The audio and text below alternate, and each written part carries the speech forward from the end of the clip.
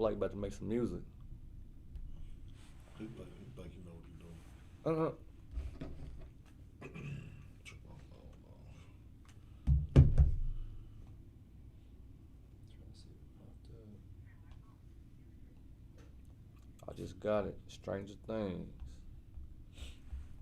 So what, you got your own YouTube page? Is that how you do that? Mm-hmm. Yeah, it's just YAH'S Assembly. Yeah. I just got the, what you call it, Okay. notification. So I'm gonna click on it. It's just YAH'S Assembly. Okay, I'm gonna send this out.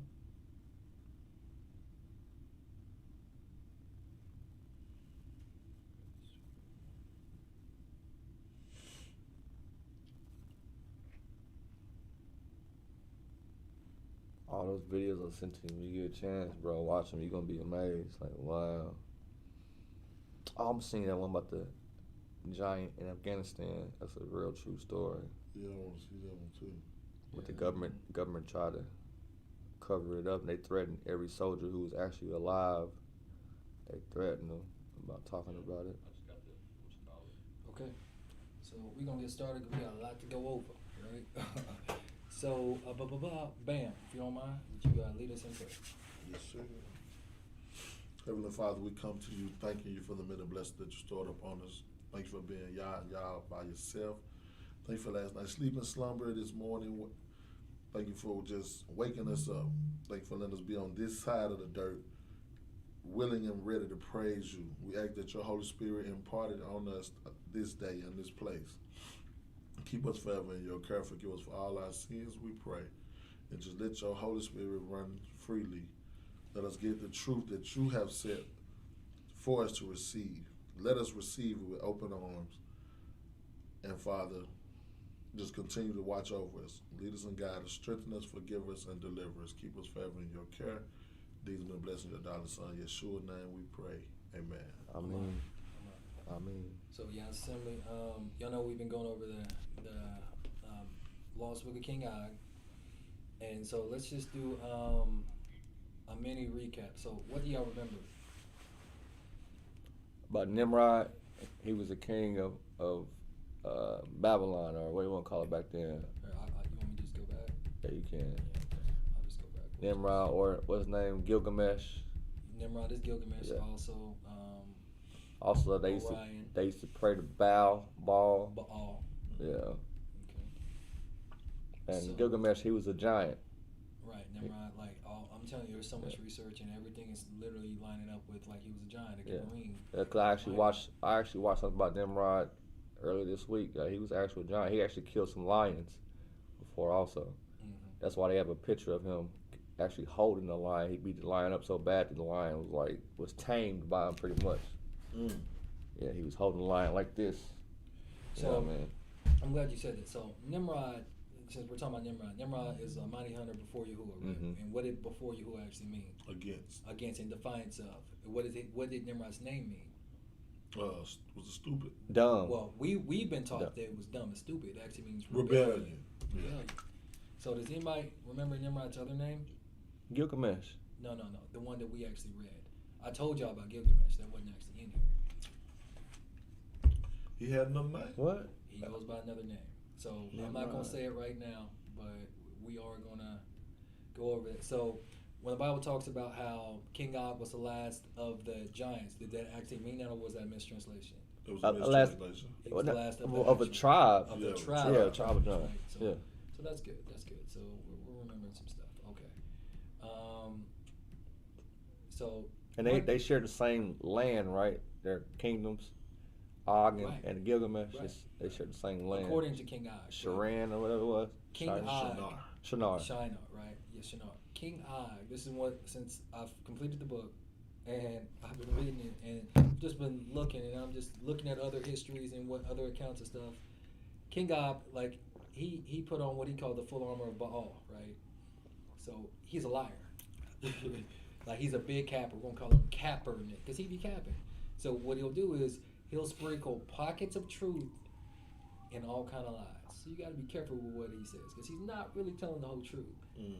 King Og and Nimrod's history has a lot to do with the children of Israel, even our patriarchs, even the patriarchs. So as we continue with the recap, how tall was King Og? Do we remember? 15 feet. Mm-mm. No. 13.5. 13.5. And how wide Cubics. was It's wasn't it cubics? Yep. Yeah. he? How wide was he? 6 feet. 6 feet, 6 shoulders, 6 feet wide. Yeah. Gosh, so this might need to be. Yeah. Mhm. Yeah. So that's what we said. And Genesis 10 verses 8 through.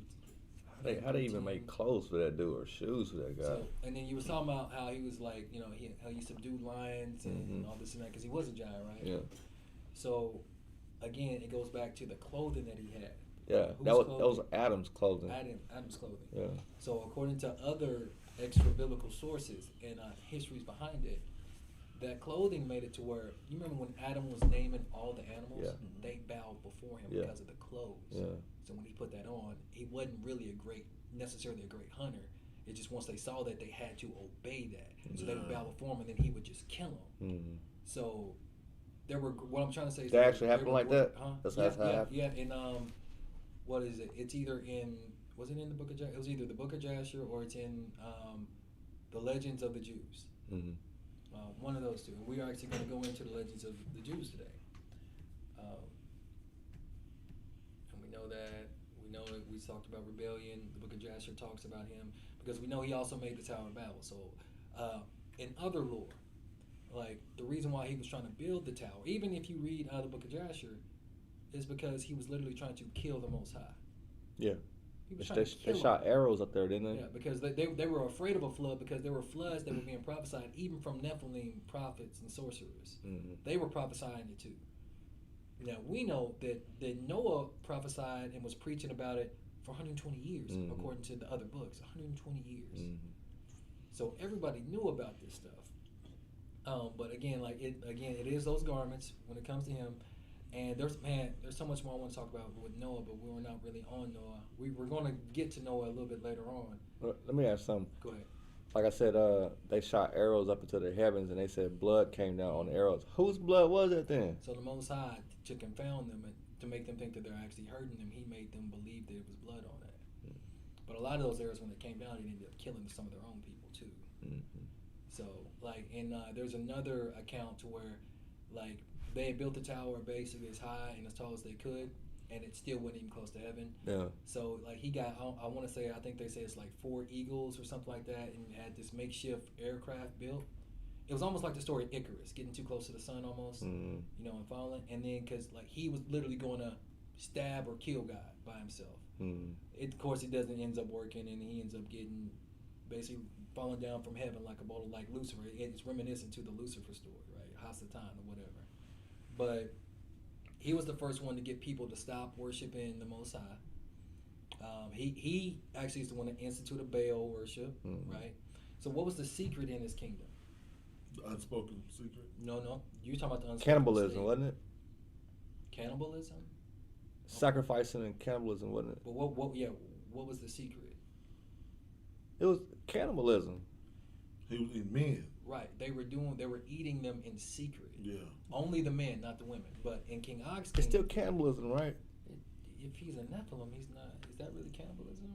I don't know. I don't know That's either. why I was thinking that was there's another being, superior being, so to speak. You know how people on Earth humans are superior being on Earth, so they eat the lesser. Yeah. So, and then we know that King Og says that he ruled part of the land and Nimrod ruled the other part, and it was the land of Shinar. Shinar. What was the mountain that kept coming up when we were reading in the Bible? Hermon. Yeah. Now that also came up in the book of Enoch that we read. Yeah. So one thing that we gotta understand is there's something like supernatural about Mount Hermon, because that's exactly where the angels fell. Mm-hmm. Exactly that place. That's exactly where the first major civilizations were built. Was Mount Hermon. Nimrod built all this stuff in Shinar. Mount Hermon's in Shinar. So I've been looking into. I really want to get an in-depth study on it. But Is there still a Mount Hermon to this day? yeah, I'm pretty sure it's not going nowhere. They go by different names now. I mean, it could be underwater from that flood, though. Just like the Garden of Eden is gone. I mean, it's still there, No, but because it's that underwater. became the possession of the children of Israel. It's not underwater. It survived the flood. Glad you said the flood though. So we know that Nimrod was. I'll say this because a lot of the pictures say that he was European. Who? Nimrod. Really? A lot of the pictures, but If you're in Iraq, that area, ain't no way you're European. yeah, but because we know that the garments gave him strength, so that in that sense, I guess you could say he became a Gibberine or a Nephilim or whatever. But I think there was some genetic manipulation going on, and I think he was actually like a Nephilim hunter too. So I think he was actually hunting them also. But with Nimrod, man, reading different things, man. When you understand that, okay, I didn't really want to go on this. Okay, so when you talk about the sons and daughters of men, and the sons of God mating with the daughters of man, right? So there was different tribes, right, or lineages, right? There was Seth, and then there was Cainite, not Canaanite, not the children of Canaan, Cainite. What did Cain do? He killed his brother. He killed Abel. Yeah. So the first ones that the Nephilim or the fallen angels were lusting after and going through was actually Cainite women. Mm-hmm. And then eventually, right before, a few years before the flood, then the sons of Seth, which is the line that ends up being Israel, end up falling prey to it at the same time. And Seth was the third kid of Adam and Eve, right? Mm-hmm. Right. Yeah. He was a replacement for Abel. Yeah. So, but when you look at the way that they described the Nephilim children that came out of this union, they were very tall. They had like blonde hair, blue eyes, and there was a mark given to Cain after he killed his brother. Mm-hmm. The only mark in the Bible is leprosy, which is white skin. So I kind of go back and forth on that. Mm. So I'm not for sure like either way, but it could. It could be. If anything, he could be mixed. We just don't know. So you think his seeds also had the same curse? Yeah, because that curse is on the seed of Canaan for Cainites forever. Like the Most High ain't taking that mark off of them. That's just what it is. So I just wanted like to kind of put that in your head because like the stuff gets weird, bro. Like, and then this is another thing. So in ancient times, right, the kings, the royalty, the princes, most of them were literally Nephilim offspring. So all the stuff with Greek mythologies and then their father and all these children that become great, then like that stuff is real. It really happened. It's still happening to this day. But the thing about it is they would claim the lineage of humans. So it's like I was just reading it and I'm just like, man, this is getting crazy, bro. So like that's why it says that Nimrod was the son of Cush because he was claiming that. And maybe was the son of who?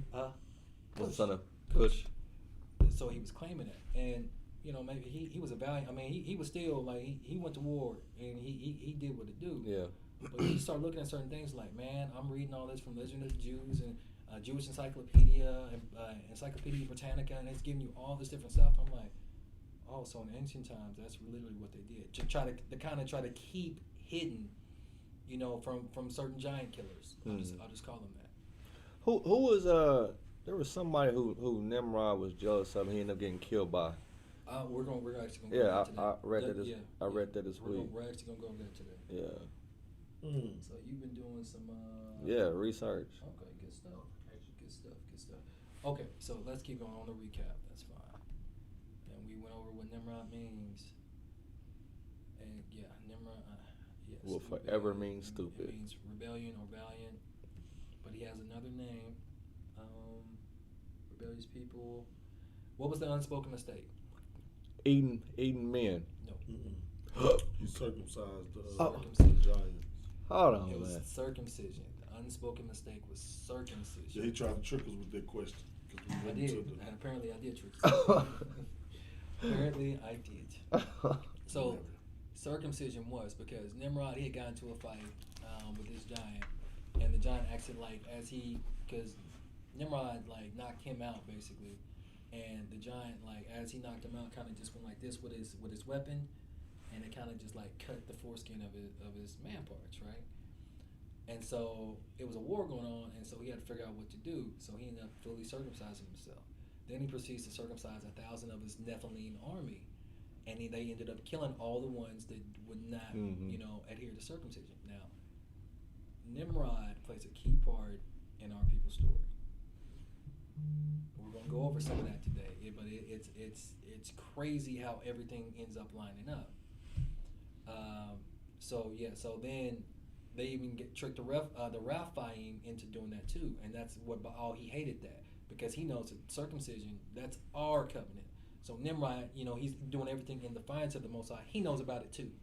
Mm-hmm. Like he literally knows about our patriarchs, and that. So he ends up doing the same thing. So that's why spiritual wickedness in high places, things can be so close, but it's still off. It's tricky, It's one thing, right?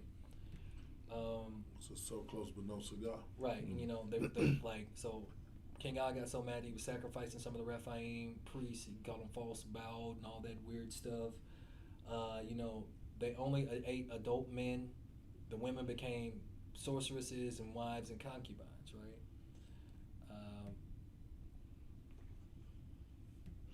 So again, we know that, like, the giants were described as serpent-footed. Yeah. We remember that. We see that picture there. And there was a few different words for giants. It was Nephilim.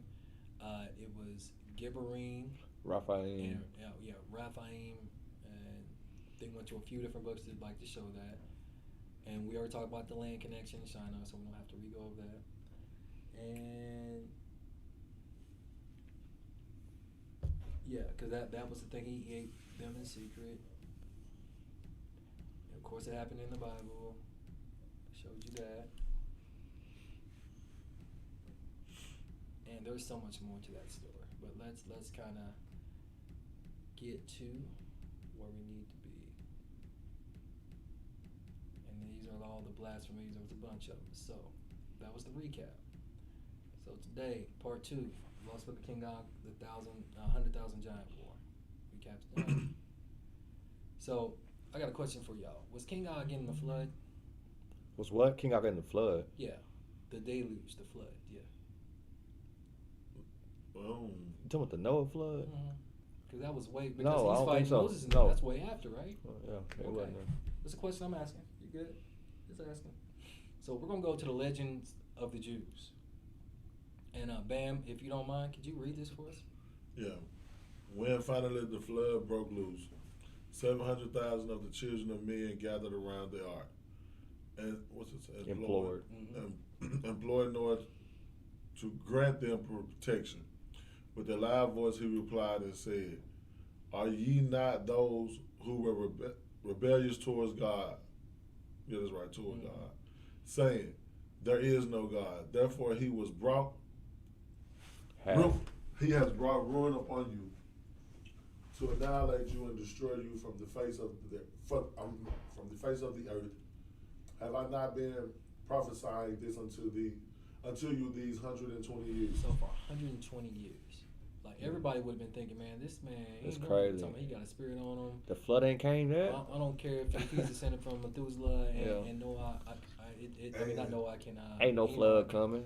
And at that time, I think it was like it hadn't rained for a long time, didn't it?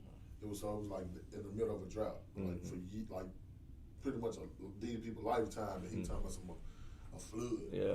Nobody listening to you,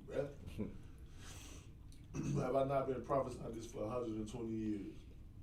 And you would not give heed unto the voice of God. Yet now you desire to be kept alive. Then the sinners cried out, "So be it. We are all ready now to turn back to God."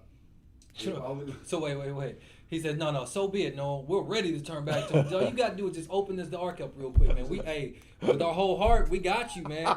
700,000 strong. You know what I'm talking about? As soon as you get up in there, you ain't going to do it. 10 toes. It's crazy. Like, well, actually, probably 12. Because, in order to be saved, you got to confess. Yeah, repent. And then, that's when you get the promises of God first. So to speak. God gonna take care of you once you become His people. These folks said, "Take care of me first." You gotta be sincere though. Yeah. How dare they? Even in that moment, God knows they ain't sincere about that. Hey, bro, he said so. They said, "So be it." We're ready to turn to him, like, man. Hey, man, we heard the truth. When we know now that you are a prophet. Hey, man, we tell the Most High we got it. Oh, fun now. Like, why they could just been praying? It said, "So be it." we are ready to turn back to God if only thou will open the door. Mm-hmm. All you gotta do is open the door and then we're gonna submit to God. No, Why, submit first. why you gotta do that first? Yeah, why you gotta open the door first? There's another reason to probably why they didn't get saved in that moment right there. Now I wonder if they would have repented right then, would God have really No, let them it was in? over with. Yeah, still Because he gave them 120 years, right? yeah. He Yeah. even gave them a week longer, and they still wouldn't repent. So then he's like, "All right, well, I'm about to Unleash. He literally gave them forever and a day. Yeah. They still took the audacity of the, like he called them sinners, the audacity of them sinners. Mm. If only thou will open the door of thy art to receive us, that we may live and not die. Nor may answer and say it, that ye do now. When you need presses? Precious, yeah. When you need presses hard upon you, or when your need, I'm tripping, when your need presses hard upon you, why did you not turn to God during all the 120 years which the Lord appointed unto you as the term of repentance? That's a long time to repent. I wish we could live that long. We're about to start going back into those long days. But yeah. Now do ye come and ye speak thus, because distress besets your lives. Therefore God will not hearken unto you and give you ear.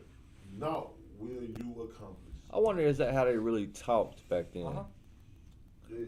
That's how they really talked back But, then. hey, hold on, Bam. Yeah. But finish this out. This is the last part of that.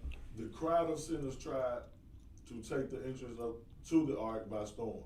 So 700,000 tried to do that. Now, do y'all remember how long it took for Noah to build the ark? I believe that we went over there a while ago. Over 100 years, right? To build it? Yeah. No. It was a big ark. How long did it take? I believe it was about 7 years. 7. That's still a long time to build one ship. So that ark was sitting there for all that extra in a time? specific place, yes. It was. I remember it was on a. Yeah. Did it settle on the resting place, or was it set on the resting place? It was. It ended up settling On a resting place, yeah, that mountain. Built it in a secret place too. Oh. Yeah. I watched a movie about that the other day, and it showed about 700,000 people trying to rush it, and the flood came. The beast was actually fighting them off and all that. It's crazy. It says all that on here too. Yeah. Read that again. Yeah, my bad. The crowd of sinners tried to take the entrance of the ark by storm, but the wild beasts keeping watch around the ark set upon them, and many were slain. Yeah. While the rest escaped, only to meet death in the waters of the flood. Okay, so But now the beast on the movie was actually the Watchers. Now was the Watchers helping them build the ark? So you're talking about the movie with Russell Crowe? How you know? Yeah, how you know? I'll see that, John. Yeah. I mean, he could have had help because, I mean, even according to some sources about King Solomon, he had help with building a whole bunch of the buildings that he had built from fallen angels or demons or whatever. So it could have. I wouldn't be surprised because. Fallen angels Did and they demons. help Fallen them angels. build it, or would they just have to protect it? Well, on the movie, they were helping build it and protect it because when the 700,000 down like falling stars into the mountains and kind of rock. Because when the 700,000 try to rush the ark, Some the Watchers was fighting them off, but they ended up getting killed at the end. But the Watchers did. But then once they ended up getting killed, that's when the water came and took everybody. So we're gonna learn a little bit more about the water. Jeremiah, can you read this part? This is actually the last part of this. Legends of the Jews when it talks about the deluge or the flood. The water alone could not have made an end of them, for they were giants in stature and strength. When Noah threatened them with the scourge of God, they would make reply, if the waters of the flood come from above, they will never reach up to our necks. So I just stopped you right there because it doesn't even tell us when you watch all these movies, but these were the Nephilim, these were the seed. The first Neph. That's why the Most High had to. It was 700,000 giants coming around there, pressing against it, trying to get up in that thing. You think it was 700,000 giants? Huh? Well, not all of them. No, were giants. But they were a part of that. Yeah. You see what I'm saying? Now, these are the ones that were as tall as the sky you talking about? Yeah, the 11, because if that was the Nephilim, like from our last lesson, that was like 3,000 elms, and that was like 11,000 feet. I know, it's up to the sky pretty much, it seemed like. Man, it's hard to breathe up there. Yeah. And like he said, man, we ain't worried about what water gonna come from up there. Yeah. Man, they in the deep.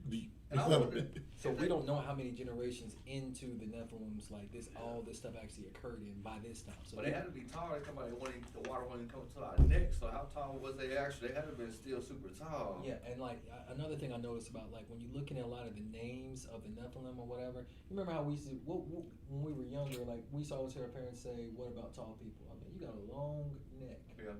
That's literally in the definition of most of the giants, long neck or long head, something like that. I was like, oh wow. Like the form. Yeah. Yeah. Okay, keep going on. Up to our necks. And if they come from below, the soles of our feet are large enough to dam up the springs. But God bade each drop pass through Gehenna before it fell to the earth. And the hot rain scalded the skin of the sinners. The punishment that overtook them was befitting their crime, as their sensual desires have made them hot and inflamed them to immoral excesses. So they were chastised by means of heated water, the legends of the Jews. So it wasn't just a flood. It was a burning rain. It was boiling, steaming hot water. I've never heard that in my life till now. I've never heard it. You never heard of acid rain? Yeah, I've heard of acid rain, but I never heard it. I heard of purple rain. I ain't heard I of never acid. heard of Noah's flood was hot water. Yeah, I never heard of that. Yeah.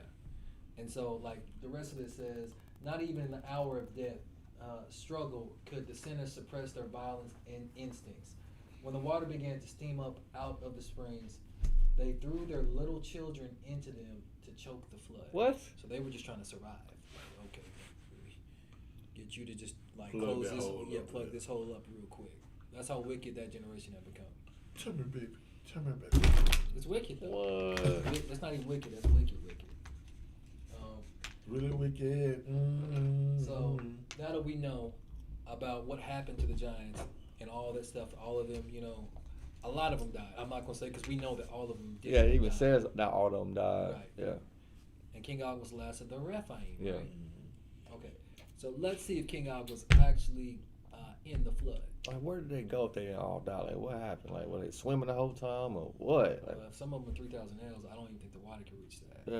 I'll be honest.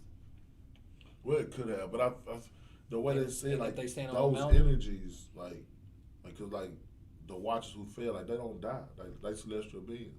So these, they probably didn't die, but they probably lived for like a long. And they probably could breathe For a long for period of time, too. long. Yeah, you know So what I mean. that's why you got to think the Most High had to flood the earth for a whole year. yeah. A whole year. Mm-hmm. Try to kill them off. So yeah, you're spot on with what you're saying. A whole year he had to flood the whole earth, like. And notice I'm saying the whole earth, Yeah. not just Africa. Yeah. Because the giants were everywhere on civilization. Everywhere. That's why I don't understand. Like, if it started over in the Middle East, like, when did they start going? There's man. been more over here in the Americas Yeah, I know. than there are over there, dude. I've watched it on YouTube. Oh, I man, know. I'm reading about it. Every Stuff is insane. continent, every country has giants or giant bones or have stories of giants. From the native people talked about it to everybody has talked about giants or seen giants, and most of them were cannibals. Most of them were cannibals. And now let's read about King Og, because the question was he in the flood? And if so, did he survive? Also, he could not make the legends of the Jews. Also, he could not make space for the giant Og, the king of Bashan.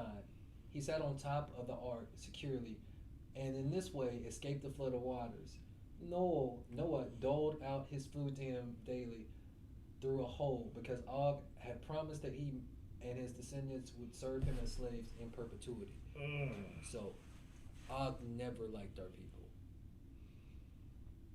Nimrod never liked our people. Keep going. Go ahead. Do you remember in the movie, one of the guys did get on the boat?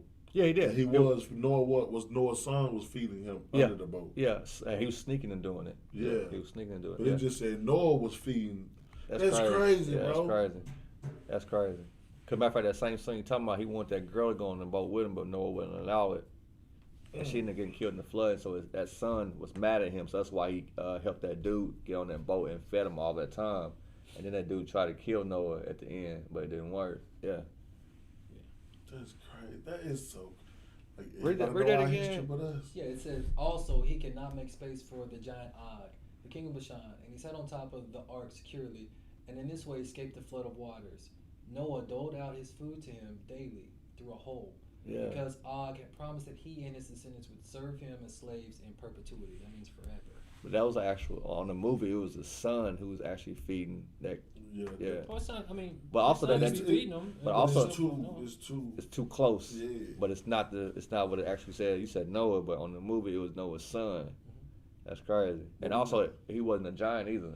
Yeah, he was just one of the sinners. Yeah. It's crazy. Yeah, so I read that and that was just blew my mind. I'm like, oh man, That's this crazy. is in the legends of the Jews. That's crazy. Luke 21:34, and take heed to yourselves, lest at any time your hearts be overcharged with fitting and drunkenness and cares of this life. And so that day come upon you unawares, because when this stuff starts breaking out again, what do you call them, UFOs or whatever, and all this stuff starts happening, people start understanding about giants and this and that, people are going to lose their mind. It's already started. Yeah, that's what I'm saying. I mean, and then when people start just dying or becoming zombies or however the stuff ends up shaking out, again, we just got to be ready for the stuff that's coming, right? So now we're actually going to go over some of the participants in the 100,000 giant war. Okay. So the first one, first it says King Og sent through all the known world for uncircumcised Rephaim to fight Nimrod and his circumcised army. And the word went forth to every outpost of giants, and they came. The six-fingered, that's what the Indians talked about. Afghanistan.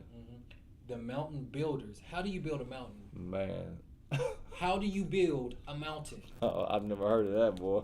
The mountain builders. Man. The heave weapon makers from the cold lands. Where are the cold lands? That sounds Russia. Like in Europe. Yeah, Russia. The dragon siblings from the east and the 20,000 giants that came with them. No, Australia's hot. Yeah, Antarctica. Antarctica, Yeah, one of the Antarctica. Yeah. Where's from the east? Dragon siblings? Who's China. national symbol is Yeah. the dragon? Yeah, North Korea, China. all The them. children of the east, right? All in all, 100,000 giants representing every colony, color, and creed in the known world. So he went out and called out to all of them. Now, To fight against Nimrod and all I'm that. telling you that something similar to this happened in the Bible. I didn't really believe it until I found it. I was like, what? I didn't even know about that. What, huh? What happened in the Bible? Well, it's something similar to this. Yeah, It's I know. not exactly how he's laying it out, because remember, he's Kaepernick. He's like capping Cap, a lot. He's yeah. adding some spice to it, some pizzazz, you know? Some sauce. Yes, a little bit of salt. So let's start getting into some of the participants. So Anak, the keeper of the bodies before Baal. Anak, whose dark one shrouded over him with unspeakable darkness. Anak, who spoke the incantation to raise the dead. Anak, who worshipped Mot in secret. Anak, the transcriber of the first chapters of this very book. Anak, who cut himself and shaved the front of his head. Anak, who stood between Og and Nimrod and was then cut down by the circumcised. So Nimrod ends up killing him. Anak, who wounded Nimrod's genitals Wow. second time. Wow. So hold on. Are you saying Anak, he could raise the dead by saying incantations? By incantation. That is crazy. By incantation. Yeah. Chanting, pretty much. Yeah. Okay. So, what are dark ones? Dark skin, dark people, like us. Right? Let me see if this actually works. Hold on. Is this gonna kick me out? Did it? No, you mean dark, like the evil ones? It's like super evil. Ones. Super Oh evil. man, I want to go. Let me get to this article. Hold on. Let me go to this article. Did it go? No. No. It brought me to it. Doggone it. I gotta. What am I on? Can I minimize this? Did that work? No, it did. If you can just see it, just read it off. Okay. Yeah. I guess I'll have to do that. It would have to be either dark skinned people like So- us or evil, like super Yeah, evil wicked. people. Yeah. Well, first let's talk about the Demon time. invoking of the dead. So Yeah. it says, this is an article I found. It says how the ancient world invoked the dead to help the living. So it talks about Halloween and all these other traditions, and then British Isles, and for centuries people believed in rituals and All Hallows Eve. And then it talks about the Romans. It says the Romans certainly invoked spirits for aid. They also felt the need to placate the dead. According to Roman poet Ovid, at Lumeria festival in May, the pater familias, or that is the head of the household, walked around the house at midnight, throwing black beans on the floor to pacify any ancestral spirits who might be vengeful because they had not been buried. The Romans had similar concerns regarding angry spirits, but like the Greeks, they also saw the uses of those vengeful dead in their daily quest for happiness. So, ancient incantations. It says, the Greeks and Romans were as anxious about their health and happiness as we are today, so other, more private, sometimes questionable approaches were tried. It says magic was big business for the ancients, and though its professionals were often accused of being charlatans who were only trying to get paid for money, they had erotic spells and all this other stuff, right? I'm trying to skip down. Many people invoke the gods, Zeus or Jupiter, archangels, or demons such as the terrifying Abraxas, but the angry dead offered equal potential. The Greeks and Romans believed that those who died before their time, such as children or soldiers, were particularly restless and likely to offer help. Lots of those spells written on lead tablets have been found in or near graves in cemeteries, folded and often perceived several times. I never knew this about the Greeks and the Romans. No, I've never heard that. But this is something that they used to do. Mm-hmm. And if you keep reading the article, it talks about they would even raise the dead unwillingly, and a lot of times they would get them to get power from them to help them fight their wars or their battles. The Greeks did. Greeks and Romans. Mm. Greeks and Romans. So I was like, man, I didn't know. It was So they would invoke the dead to help them win wars. Is what you saying? Mm-hmm. And you said sometimes they'll do it unwillingly. No, they the dead would be unwilling to try to help them, and then they would force them to do it anyway. How do you do that? They got where did the Greeks and Romans get all of their knowledge from? Oh, the aliens. Is that somebody? No. No, I think that's It's the wind. Oh, But the The Nephilim, aliens. well, the Nephilims, but Or the they got it from Watchers. Egypt. So all of their stuff came from Egypt. Egypt went back to the Akkadians and the Sumerians and all that. So you're talking about ancient, what they call black magic now or whatever, but they would use this type of stuff. So dark ones would literally be the spirits of, it could be people that died violently. Could literally be who else died violently? Or the giants ended up killing each other. Yeah. And eating each other. Eating each other. Yeah. Died violently. Yeah. So they would raise them. Those are the dark ones that they would actually be using in context to what we're talking about. Mm-hmm. So there's a lot more about the Romans and Greeks that That we don't know about. They just don't tell us. Like they just flat out, we learn the mythos of them. Yeah. But we don't actually learn about them per se. I was reading that. I'm like, this is crazy. You know, I think it was one of the Percy Jackson movies. Because Percy Jackson was like, y'all know Percy Jackson? I don't think so. But anyway, they was like demigods Mhm. in that movie. Yeah. But I want to say one of them, I think Zeus, one of the guys had changed to like an eagle and flew into this lady's room and then turned to a man. You know, of course, he made it with her, had this kid. But, you know, I watched the movie, you know, a teenager as a kid, not thinking, I'm just, oh, this just for show. But in scripture, like in the book of Enoch, Yeah. it talks about, you know, pretty much how they were shapeshifters. Yeah. How they, you know what I mean? Yeah. You talking about who? The Watchers. Yeah, they could change their form. They're shapeshifters to this day. But humans can. There are some humans who are shapeshifters to this day. We do, if you, according to certain histories, skinwalkers and shapeshiftings, Skinwalkers, that is potentially a possibility. Yeah, that is true. That is I've true. been hearing about skinwalker. Like, you know, you like, it's like, Skinwalkers is true. I don't watch stuff on YouTube about people who actually live on ranches, and they wonder why the ranches was so cheap, because people who lived there before them, was like, man, we don't want this place no more, because like every night they would have skinwalkers come up to their house and try to get in the house or run through the field and watch them or whatever. Got scared, so they would sell the ranch to somebody else, and they wouldn't tell them people what's wrong with that place and why it's so cheap. And they found out on their own about the skinwalkers and shapeshifters and all that. so what's a skinwalker? Like They actually had portals on their land.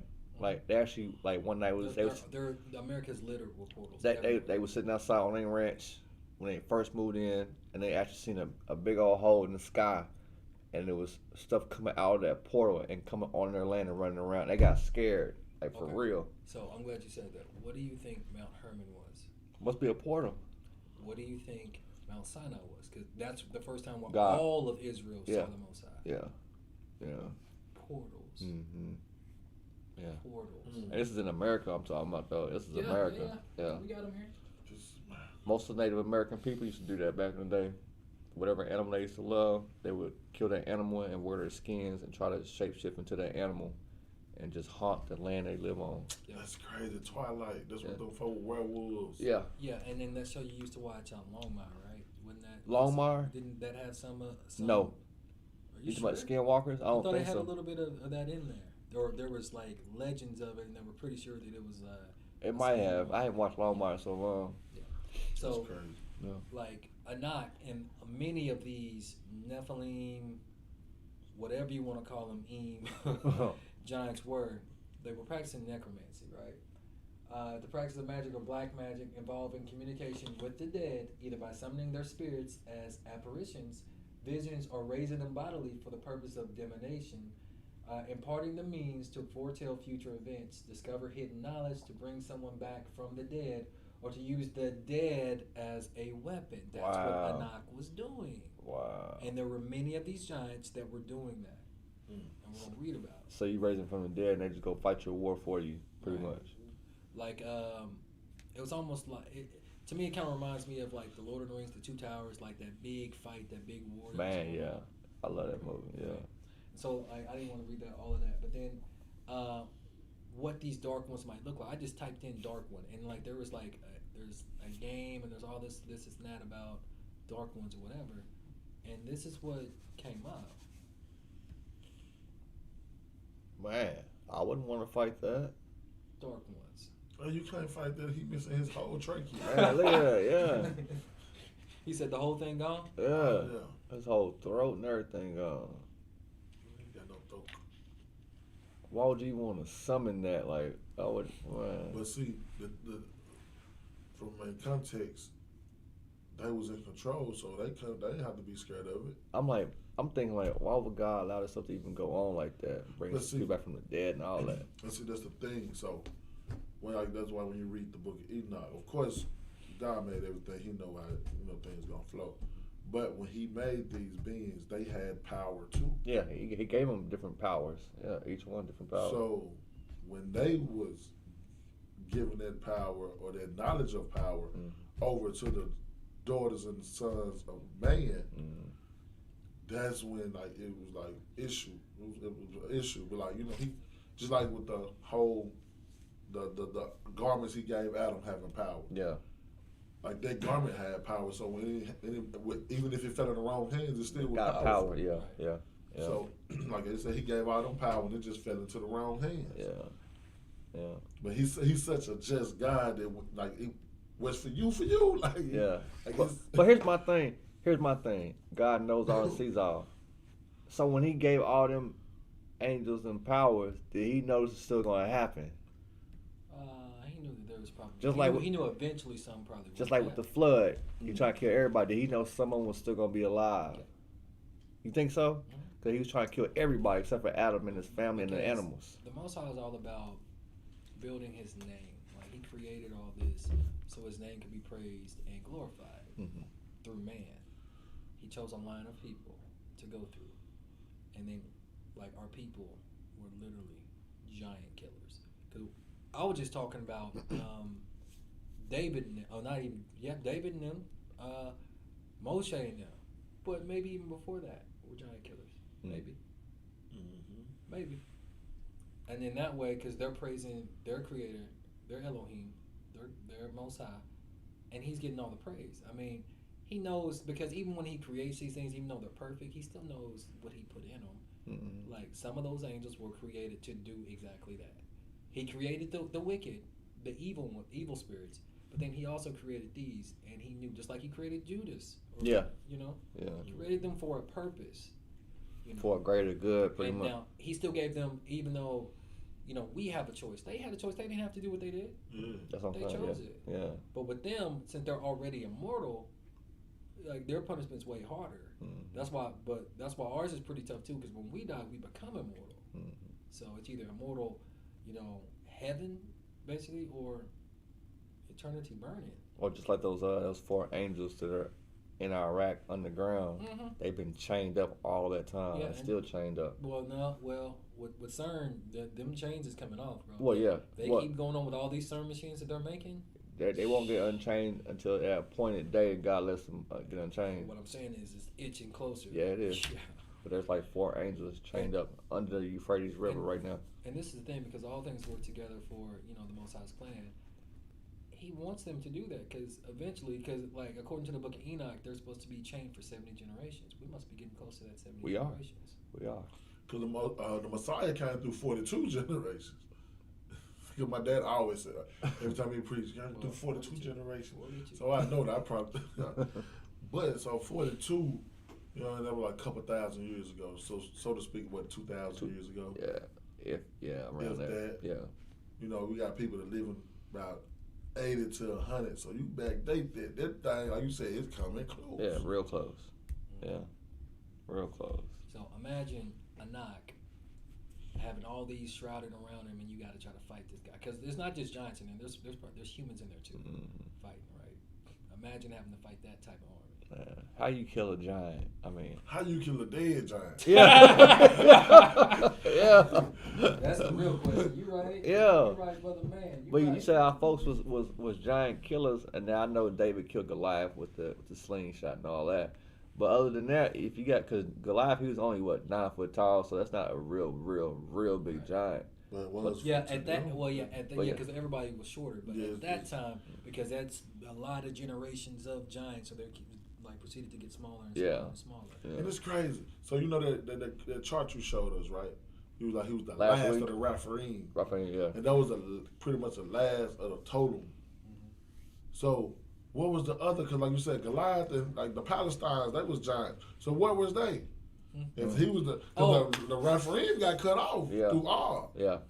Because his seed didn't flourish. You want to find out? We're literally about to find out. Oh, okay. Like, I don't know how you went there, but we are literally about to find out. That's crazy. Okay, so who was Anak, right? Yeah.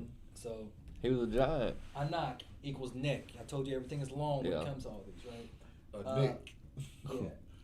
Epithet of the people of Hebron. Early giant people about Hebron and in where? Canaan. No, and in. Where you at?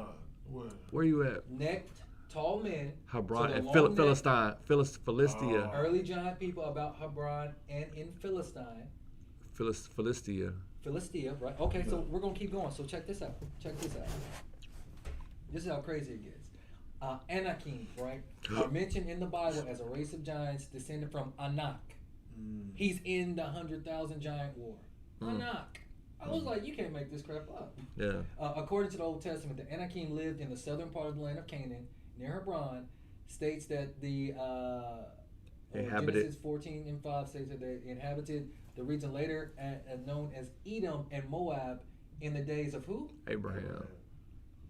That was the father. Right. The name may come from a Hebrew word meaning necklace or neck chain.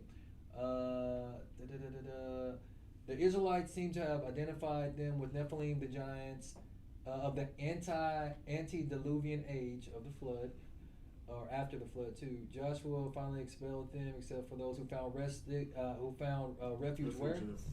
The cities, yeah. Gaza. Cities of Gaza, Gath, and Ashdod. Thus, the Philistine giants, Goliath, whom David encountered, were descendants of the Anakim. Wow. So they survived the flood also. Wow. So not just, that's crazy. Yeah, wow. So they all survived, How? How they survive? How? Honestly, their watcher parents probably found a way. Yeah. I mean, if your daddy's immortal, he could probably find a way. Yeah. Maybe keep they took him up in the sky. One of their ships or something. They're flying things. Yeah. I don't know. We just don't really. And it's crazy. Like these folk is shapeshifters, so they probably and they are so-called not so-called, but they are like you said, immortal. Yeah.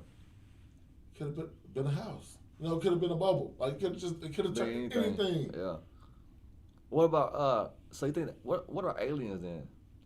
Foreign. Angels. You think God you Aliens- think aliens are angels? Are angels from this earth? Nah. What's the definition of an alien? Not of this earth. Yeah. Not really. Just not of that place. But them aliens are ugly, bruh. Hmm? Them aliens are There's ugly. different classes. The cherubim that you were talking about is a ugly looking thing. Cherubim? No, not Yeah. the ones I've seen. I don't The like one The that- thing in the middle of it was like It's- like 7 wheels with eyes on each part. Like that thing was scary. That's on the Ark of the Covenant, the cherubim. It must be a different type of cherubim then. Yeah, that's what I thought you were talking about. The cherubim. Yeah, Well, like wasn't that what we was talking about earlier? those Yeah. aren't ugly. The ones I've seen, the one with It's like the way the guy. It might be described different types. There's different types, Okay. but we got to But think. there's Once again, different they- classes of quote unquote angels too, just like there's different classes of quote unquote demons. There's not like they don't look like Cupid, you know. They don't, but they can make themselves look like us. That's what I was just gonna say. They're Like so, shapeshifters. if they can shapeshift, they can be whatever. Yeah, but like they're like original form, like what the Bible describes. Like, man, them things look scary, dude. I know these people probably think we crazy, What- especially the ones that ain't. what does the Bible say they look like? There's different different definitions accounts. because there's different types. Like that's what I'm saying. It's not just like one size fits all when it comes to them. That's not how that works. At all. At all. But what was your initial question before that? Oh no, that's what they're telling us. They're not, of course, not. Oh. No, they just change the name every few years. It's like they change what they Before call you us. hop into So they're not the cherubim necessarily. and They're not like like they're looking. they- the modern name for the angels would be an alien by definition. Oh, we were not talking about of this aliens. earth. Mm-hmm. So Okay. the prime minister, he actually stepped down in Israel. Prime minister of Israel, I think, what is the president, prime minister? What do they call him? Benjamin. It was like a year or two ago. Mhm. But I forgot. I think it was the prime minister. Nen- Benjamin Netanyahu, Mhm. something like that. But he stepped down. And then he started spitting it. He was just like, man, like, all our governments is talking to Oh things yeah, of not of I this know earth. what you're talking about. Yeah. You actually seen that? Yeah, Yeah, he do. He did like it in was like an interview, courtroom. right? Yeah. Because this is around the election Yeah. time frame. Because Trump was about to blow the lid too, and then they kind of had to get him out of the public eye so he wouldn't. Because he's like, there's something I know I've talked about this before, but we haven't really talked about it. Something called a galactic federation.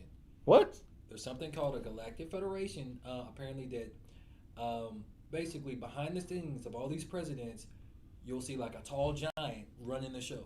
Mm-hmm. Tall giant or an alien, whatever you want to call them, or an angel or a demon, literally giving all of these countries their marching orders. Mm-hmm. Literally, it's called the Galactic Federation. I'm telling you, the stuff. When I tell you in the coming years, stuff is going to start getting sci-fi. I'm not just. Are you talking about the Nordic aliens, like different race, the tall, blonde hair, blue eyed race of giant? You talking about I mean, blonde hair, blue he eyed? was- yeah, specific. it What it he could be. What he said was, There's some called grays. Like Yeah, they're they got different forms. Yeah, they got the snake like one. Prometheus. They got the snake one, whatever it's called, the serpentine aliens and all type of stuff. Yeah. But yeah, so the guy was saying, he was like, he was just going off. He was like, they call themselves extraterrestrial. They call themselves angels. Watchers, whatever. And then angels was one of them. Mm-hmm. I'm like, that makes sense because like angels are not of this earth. But he said they go by many names. Yeah. But for him to say angels and then to partake in the Book of Noah Yeah. and hear all this, but he had to step down before he said anything because apparently he couldn't say it when he was actual prime You minister. said something really interesting. Why isn't the Book of Noah actually in the Bible? Because there is a Book of Noah. Man, there's a I've lot of seen books it. missing in the Yeah, Bible. it's not in there no more. They don't want us to see it. Right. So Numbers 13 verse 33, and there we saw giants, the sons of Anak, which come of the giants, and were in our own sight as grasshoppers, and so we were in their sight. That's the one you were talking about. And that's in the 66. Because every time I try to bring this up to people, we ain't mastered the 66 yet. Or it ain't in the 66, so it don't count. What? Mm. Did the Messiah say off every word that was spoken from the Most High? Man should not live by bread alone, but out of every word. Every. Out of of the mouth of the Most High. No, just the words you see. No, every word. Well, how we know it's real? All of them. Because we believe by faith and not by sight. Come on now, why you gotta preach? But I'm just saying, like, but when you can backdate this, and it's all saying the same thing, you can't. You how like keep on. Yeah, but like now this is Anak. So now we know the descendancy of the Philistines, and I was like, oh my man, this is crazy. So I was like, once I looked into this, I'm like, well, let me check somebody else, because like I was going to try to do all of them, but there was just too many, because it's showing like the generals of each army. Basically, they were there, but it's too many. So I just picked a few and just pulled them out just to show you who all was like a part of this great, war, right? So now, who is Azath, right? It says Azath, the temple priest for Baal of the moon. Azath with blackened eyes, who rode a great beast into battle. Azath the priest who was the creator of the driver and chase. Azath who weaved the bones of smaller cells into his beard. Did you hear what I just said? Nah, I'm trying to find that thing on YouTube about it. It says Azath, who weaved the bones of smaller cells into his beard. So Wow. this man got The bones in his beard. Bruh, how big do you got to be to have bones of humans in your beard? And why? Why? Like, what's that gonna do for you? No, just to like Scare so when people. they see fear attack, to get that adrenochrome going on, the adrenaline popping off. He was that big though. I saw that. I said, what? Bro, he had a whole. He had thigh I'm bones. trying to grow a beard, and he got people in his beard. Bro, like the stuff was crazy. So. He got skeletons just chilling in his beard. And then it says, Azathu ate the unnatural creeping things that did not have fins or scales, and the beast that grew, that chewed the cud, but did not have the fins, not have fins and scales, and the beast that chewed the cud, but did not have cloven hooves. So he's doing everything that's blasphemous to the Most High. We're not supposed to eat anything that has fins and scales. If it doesn't chew the cud, we're not supposed to mess with none of that. And if it's like cloven hooves, we're not supposed to mess with it. Azathu, dark ones, here we go again. So another one that has dark ones, moved objects around him. So he would command them, like, move that there, move here, there. Azathu potions and spells protected the Raphaim on the field of battle. Azath's army, who was 1,000 giants. So this was his battle. Was this the battle of 2,000? No, this is the 100,000 giant one. I'm showing you 100,000. some of the participants in it from King Og. He had 1,000 giants in his army alone. Yeah. Yeah. Well, how do you feed them guys? Like, what you know what I mean? You feed people. Everything. Yeah. Like, cause people, like cattle, everything.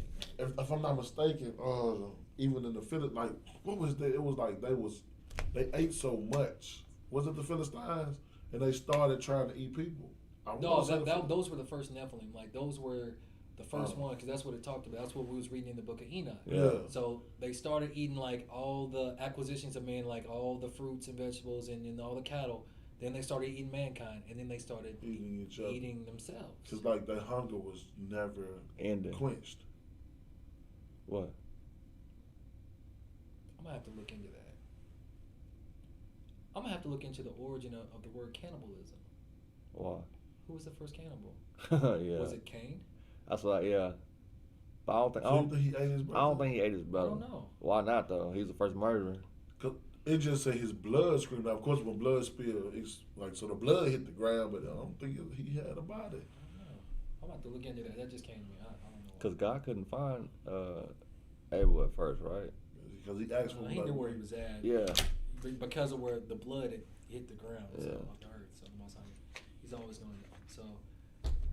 So that's him. So who or where is Azath, right? So Judges 16:1. Then went Samson to Gaza, and saw there an harlot in 20, and went in unto her, right? Mm. So now that doesn't say Azath though. That didn't say that at all. So I was like, well, let me look into Azath a little bit further. Now when you say Gaza, is that Gaza Strip that you call it today? That area you think? Yeah, but it shouldn't be like we're pronouncing it wrong, because look at actually I went to the Strongs and look at how it's pronounced. Azah. Azah. Oh, Azah. Oh. And it means strong. So the name of this place was actually named after this guy. That's awesome. Okay. Yeah. That's And why. a city of the who? Strong. A city of the what? Philistines. Strong. Oh yeah, Philistine. So that makes him a what? Anakim. Yeah. Another one. Another one. Another Anakim. Right? Okay, so let's keep going. This is So what? crazy, man. So it says, okay, of course I said, Azaph was a Philistine abomination of the Most High. And then, basically I put Leviticus 11 verses 1 through 6 on there because he was basically doing everything opposite of what the Most High wanted him to eat, right? He was just an abomination. So I'm not going to read all that. Just going to show y'all that. So now, the next one. What's up? No. Okay. It's me. I'm ready for some more. Okay. So the next one is Malcolm the Great. And one of y'all want to read this, please? Malcolm, the cannibal who had eaten the dead, who were tied to trees where the dark ones gathered. Malcolm, the treasurer in the house of Baal of the moon, abominable.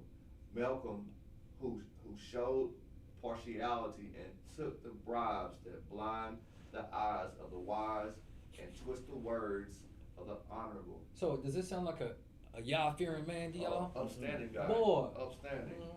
You take him on to meet your parents? What you crazy? Well, not yet. Malcolm who at times possessed. Yeah, Malcolm, who at times was possessed by dark ones that threw him into the water or the fire trying to kill him. Malcolm, who sang praises to Baal of the moon as he was surrounded by circumcised Nephilim and run through. Malcolm's army was 1,000 giants. The Lost Book of King This is Og. crazy. So he was a giant cannibal, Man. right? Yeah. He was eating his own kind.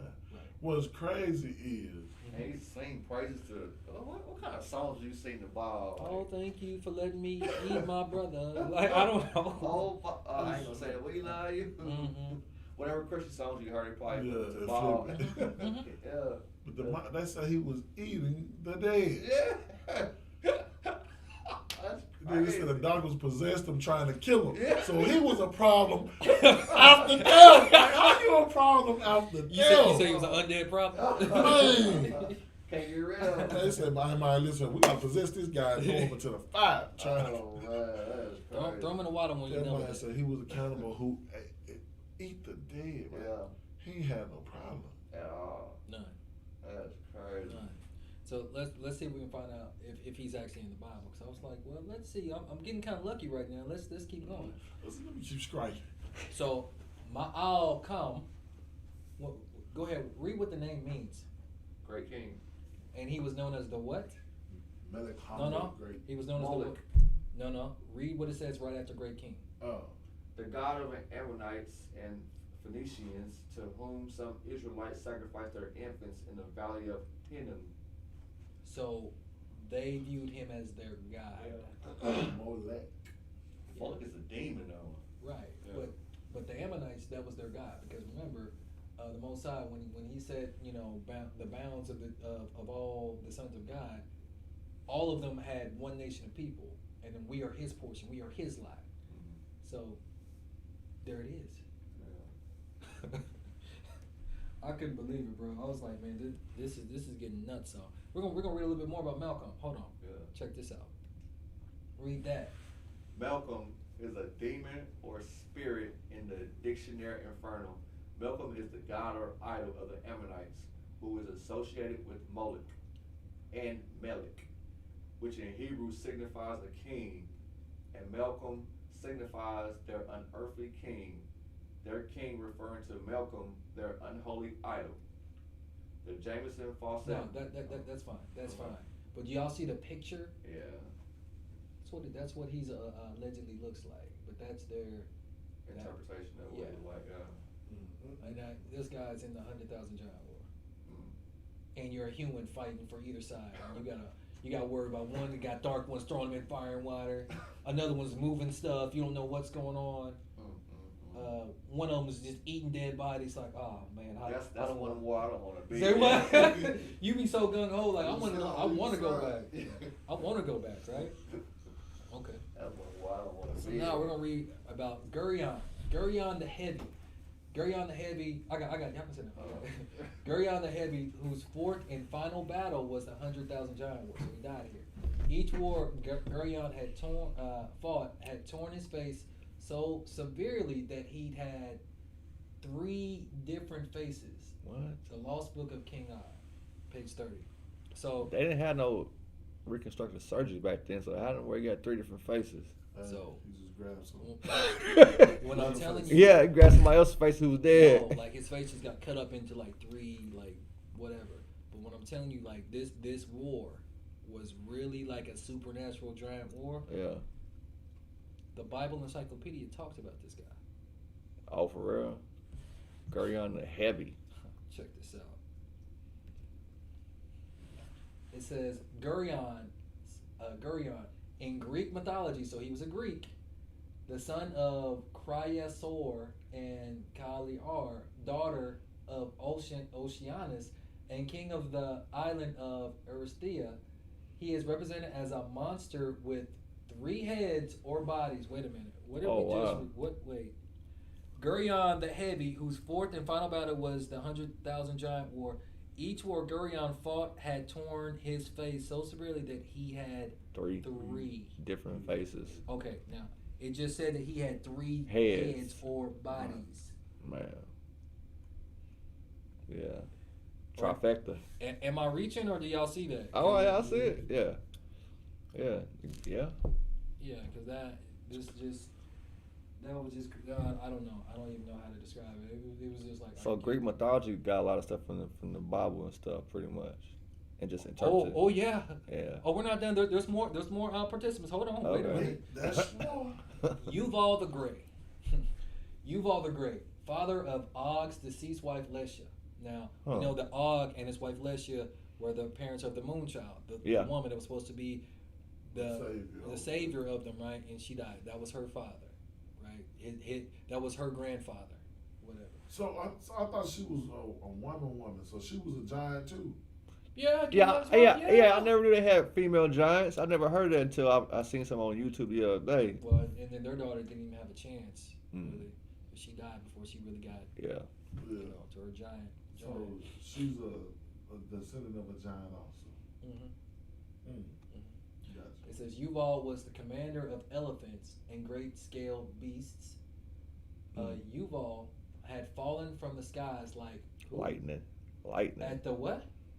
Beginning. At the beginning. Yeah. Yuval, who conversed with the bright ones. Yuval, whose heart broke when the Moonchild was lost. Yuval, who sacrificed to gods we did not know. So he was. So this Og saying this. Well, depending on this, may be Anak writing still, but he's recording what Og is telling him about all his generals. Oh, got you. Yeah. Okay. So another thing. Yeah. So he's the commander of elephants and grayscale beasts. Sound like dinosaurs to me. Yeah. The mammoths was back down dinosaur days. Yeah, mammoths and all that. Yeah. Boy. So I told he it. controlled these dinosaurs. I told us where dinosaurs came from them giants having sex with the animals and stuff. Creating chimeras and all that weird stuff, right? Also. The mixing of the So let's see if we can find something about Yuval, right? This is, man. It says the demon Yuval. So y'all see this picture? This is what he's described as. What is that? Is a fallen angel and 47th of the 72 spirits of Solomon. Once a member of the angelic order of powers, Yuval is a duke in hell with 37 legions of demons under his command. He appears first as an enormous dromedary camel, but do y'all see all of these people were allegedly a part of this war? Yeah. That's crazy. Man, a big camel-bodied person. Then changes into human form and speaks in imperfect Egyptian. Right. Right. So Broken Egyptian. let's go to the next one. Vetus the Fallen. Vetus, whose arms swung violently and who wrapped his fists in chains. Vetus, who fasted and prayed before Baal of the moon with Og during the death watch of the Moonchild.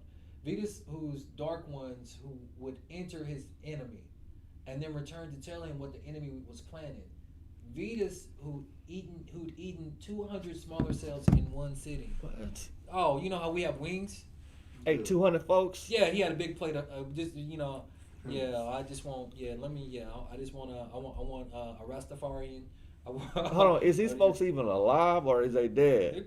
They probably ate them. They ate most of them alive. Man, they it's like crazy. The first, they like the blood because they were addicted to the blood. This is crazy. What? He ate 200 smaller cells in one Oh sitting. my God. They were addicted to the blood? Like, did it make them stronger or something? Or they it thought does it did? because the life is in the blood. Mm. So that's why the Most High always tells us don't eat blood. Like, just don't do that because then you start getting that bloodlust. You start really lusting. And we already have a meat lust now. Yeah. You start eating the meat more raw, and then your instincts will start becoming more Primal, yeah. You'll start devolving instead of evolving, right? So it's like it's a reversal, but you do become stronger, but you start losing mental faculties also. Yeah. So it's a 22 catch if you catch my drift. Not no catch 22. Right. That's something similar to it, though. Something like it. So let's see if we can read more about Venus the fallen one. Bam. Okay, I'll read it. Vetus, originally an Etruscan god written on the Zagreb mummy wrappings, was later demonized. He is said to be a beardless youth with goat-like features, carrying arrows and wearing a laurel wreath on his head. He corrupts and tempts the holy. That sounds like Cupid. I mean, except for the goat-like thing. He carries arrows and he has a wreath. That sounds a lot like Cupid. Cupid, yeah. To me, it does at least. Mm-hmm. But beardless with, yeah. You know, goats had the beard. All goats got beards. Mm-hmm. It's a beardless youth. But yeah, they do sound like Cupid. I wonder if he shuffled back then. Stop it. It's Cupid shuffle. Cupid shuffle. So now we're getting to the last of the participants that I put in there. So this is who is YAH'S, right? Or Gyges. Gyges, or whatever you want to say. Gyges of the curved limbs.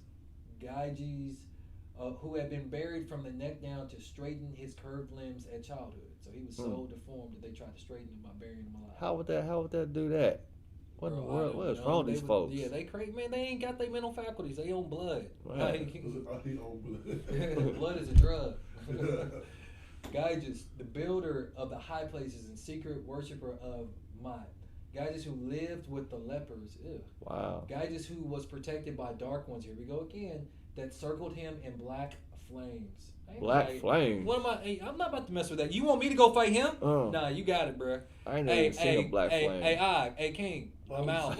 Can you imagine seeing a black flame? That's crazy. Yeah, I'm out that thing. I'm out that joint. Yeah, I don't want no parts. Black flame. Gyges who conjured and sent a powerful dark one of ill will into the Nephilim camp. Gyges who had the eyes of certain death. Gyges who was captured and straightened till he died by the circumcised Nephilim. Gyges' army was 2,000 giants. So he had certain eyes of death. So these folks fighting each other. Yeah. I'm going to tell you. What's the reason for them fighting each other? Because of the death of the moon child. Because Nimrod, remember, he went to the King Og's kingdom, told him there was a prophecy that the moon child should be raised in his Nephilim kingdom. So King Og was like, no, I'm actually not about to do that. So now he kicked him out. So then Nimrod sends spies to come and try to steal the child. While they're trying to steal the child, they accidentally kill her. King Og ends up killing them with his bare hands, all 30 of them. And he ends up finding out that they're giant Nephilims that have been circumcised. So then he knows it's Nimrod. So then that's why he's sending out to all the giants all throughout the world to try to fight this war.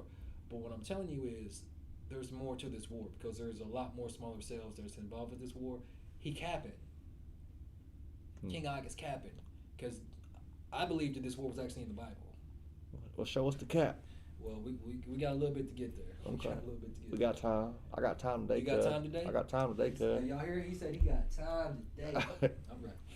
Okay, so what I'm trying to get at. What's up? Cause I'm like, these why they fighting? Because I'm keep saying that I see they fighting Nephilim, but it's circumcised Nephilim. Yeah, circumcised. Like, so I'm thinking they going against like all No. these accounts going No. against each other, but No, they 'cause- all going against Nimrod. Circumcised, yeah. Yeah, because Nephilim, the Nephilim kingdom were all circumcised, and all the Gotcha. Rephaim were uncircumcised. Yep. Well, you gotta pay Because attention to his the side. battle's always going to be against circumcised and uncircumcised, even for like Us. in our day. Yeah. Because Nimrod getting circumcision and circumcised on Nephilim, that was literally before the face of the Most High. You think we the only race that get circumcised? No, there was circumcision before Yeah. our people became like a people as a whole. The Egyptians were doing it. Even people before that, they were circumcised. So no, I'm not saying that. But I'm saying when our patriarch was given it, you know, the Most High made himself known to him and let them know that this is the covenant that I'm cutting with you. I'm not saying that all the other nations or all the other peoples have had that same experience or can say the same thing. Mm-hmm. So, gotcha. Okay. So then, now talking about Gyges, right? Now, so why am I looking at Gog? Okay. The Bible biblical passages concerning Gog and Magog became the focus of later exegesis, who made repeated attempts to associate them with specific individuals and places. Gog has been identified by modern scholars with Yeah, GG. Gyges, Mm. a 7th century BC king of Lydia, and with Akkadian god Gaga. So even Lady Gaga, that's after a different god. Like all this stuff is crazy. And it's also been argued that the name Magog is derived from the Akkadian word meaning the land of Gyges, or the land of Gog. So Gog is a progenitor, though. Like there's going to be a major war between Gog and Magog war later on that's going to like basically take over the world. Like in a sense, it's coming on later. But this is saying that Gog, the progenitor, was in the doggone war. Mm-hmm. Mm-hmm. I've heard about Gog and Magog. Yeah, because matter of fact, one of the Bushes was called Gog. They would call him either Gog or Magog. Mm-hmm. What? He's one of their descendants. Look it up. I'm not joking. I'm not joking. I'm serious. Like that was like the secret name that only a few people knew that they would call. They call him Gog or Magog. Yes. Then it says, who was Tallow? Tallow, the simple giant. Tallow, who had his head wounded as a child. Tallow, whose forehead was as a wall, but whose skull was sunken, so he had a deformed-looking skull. Tallow, who opened himself completely to the Dark Ones, and was rarely in control of himself. Look, I'm not about to go fight Tallow crazy self. Well, yeah. You know them Dark Ones control everything, man. They got the remote. Nobody about to mess with him over and messing with him. Tallow, who spoke to all with the mind and voice of a Dark One. So he don't even use his own voice, bro. I'm not about to talk to him. Well, yeah. And served by all of the earth. Tallow, who allowed no race to come to his head or face. Tallow's army was 425 giants. So let's see if we can find something about Tallow. They talk bad about Tyler. Like, he was one of the worst of them. Like, Yeah. Simple giant. simple giant. He allowed these goblins to control. Where's Tallow? Where'd it go? Come on, I had it up here. Where's it at? 'Cause I'm just gonna try to read to y'all about Tallow. Did I take it down?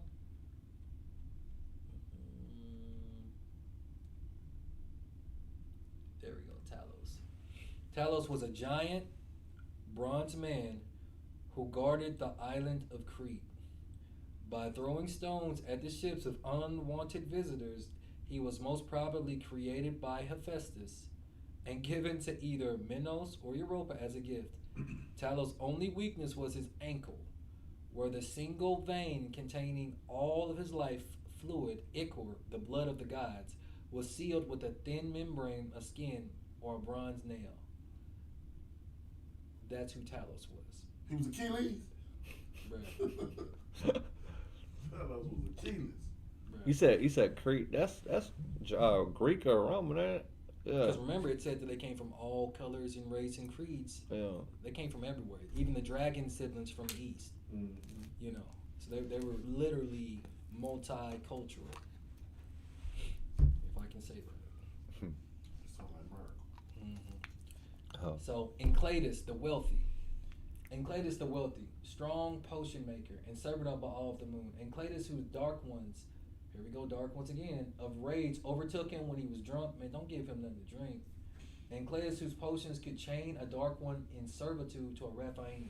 So he figured out how to enslave dark ones. And Cletus, whose potions cause the drinker to see the future. And you can see the future. The drinker. That's what they call them spirits. So there's no way there's anything about Cletus. There's no way. There's just no Oh, there's no way. It can't be. It's cap. Yeah, it's cap because I've just been getting lucky. So it says in Greek mythology, Enceladus was one of the giants, the offspring of Gaia and Uranus. Enceladus was the traditional opponent of Athena during the Gigantomachy, the war between the giants and the gods, and was said to be buried under Mount Etna in Sicily. So basically, Greek mythology got all this stuff from the Bible, pretty much. I think. And they got it from the ancients. Yes, It's got different interpretations of stuff. Yeah. exactly. Yeah. Yeah, they didn't come up with none of that stuff themselves. No, Yeah. Exactly. there ain't no way. So Enceladus was allegedly there. Ippos, the inheritor, son of Baal, son of Baal's kingdom. Ippos, tormented, inheritor of Baal's kingdom. Ippos' golden flesh was pronounced with great musculature. Golden flesh. Ippos, whose beauty could summon the loins of giants who weren't homosexual. What is you talking What? about? Hold on. What? Yeah, I'm gonna read it again. Ippos, whose beauty could summon the loins, can get them hard, of giants who weren't homosexual.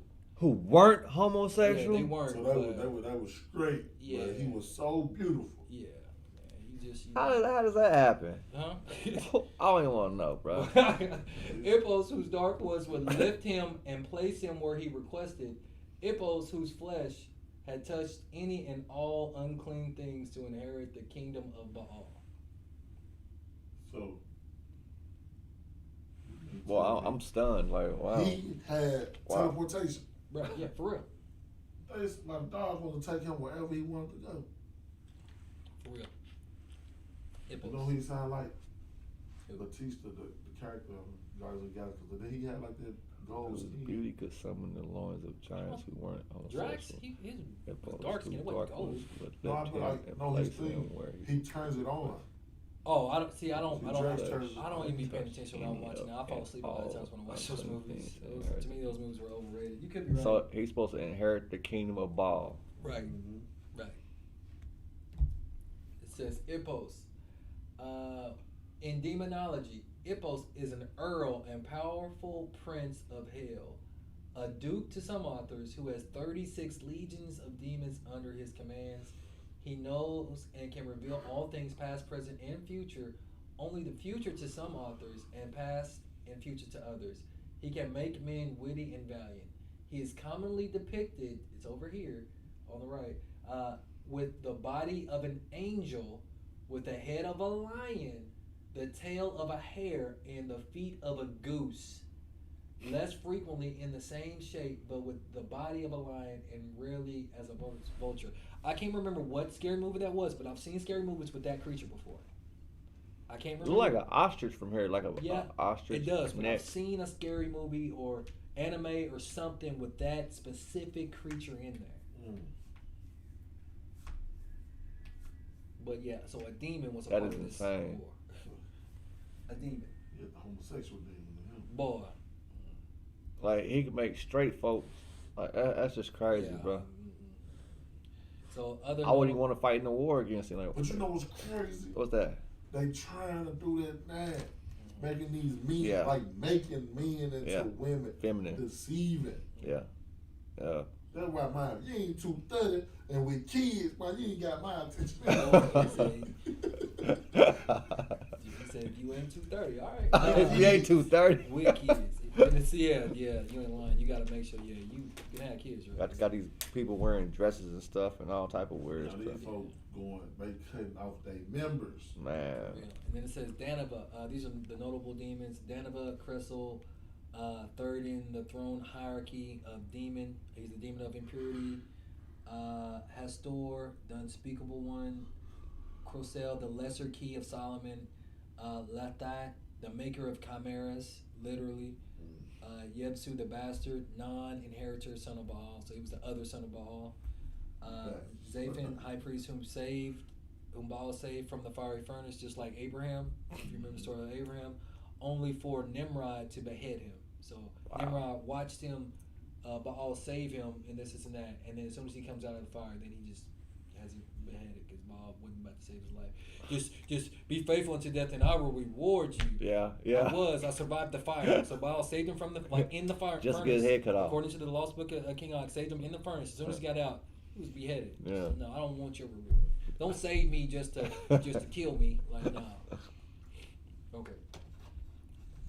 So about the 100,000 giant war, right? It says, actually, man, can you read this? Whew. King Og speaks to his 100,000 giants and his sorcerers prophecies. Yeah, I prophesied. I messed that up. My bad. Yeah.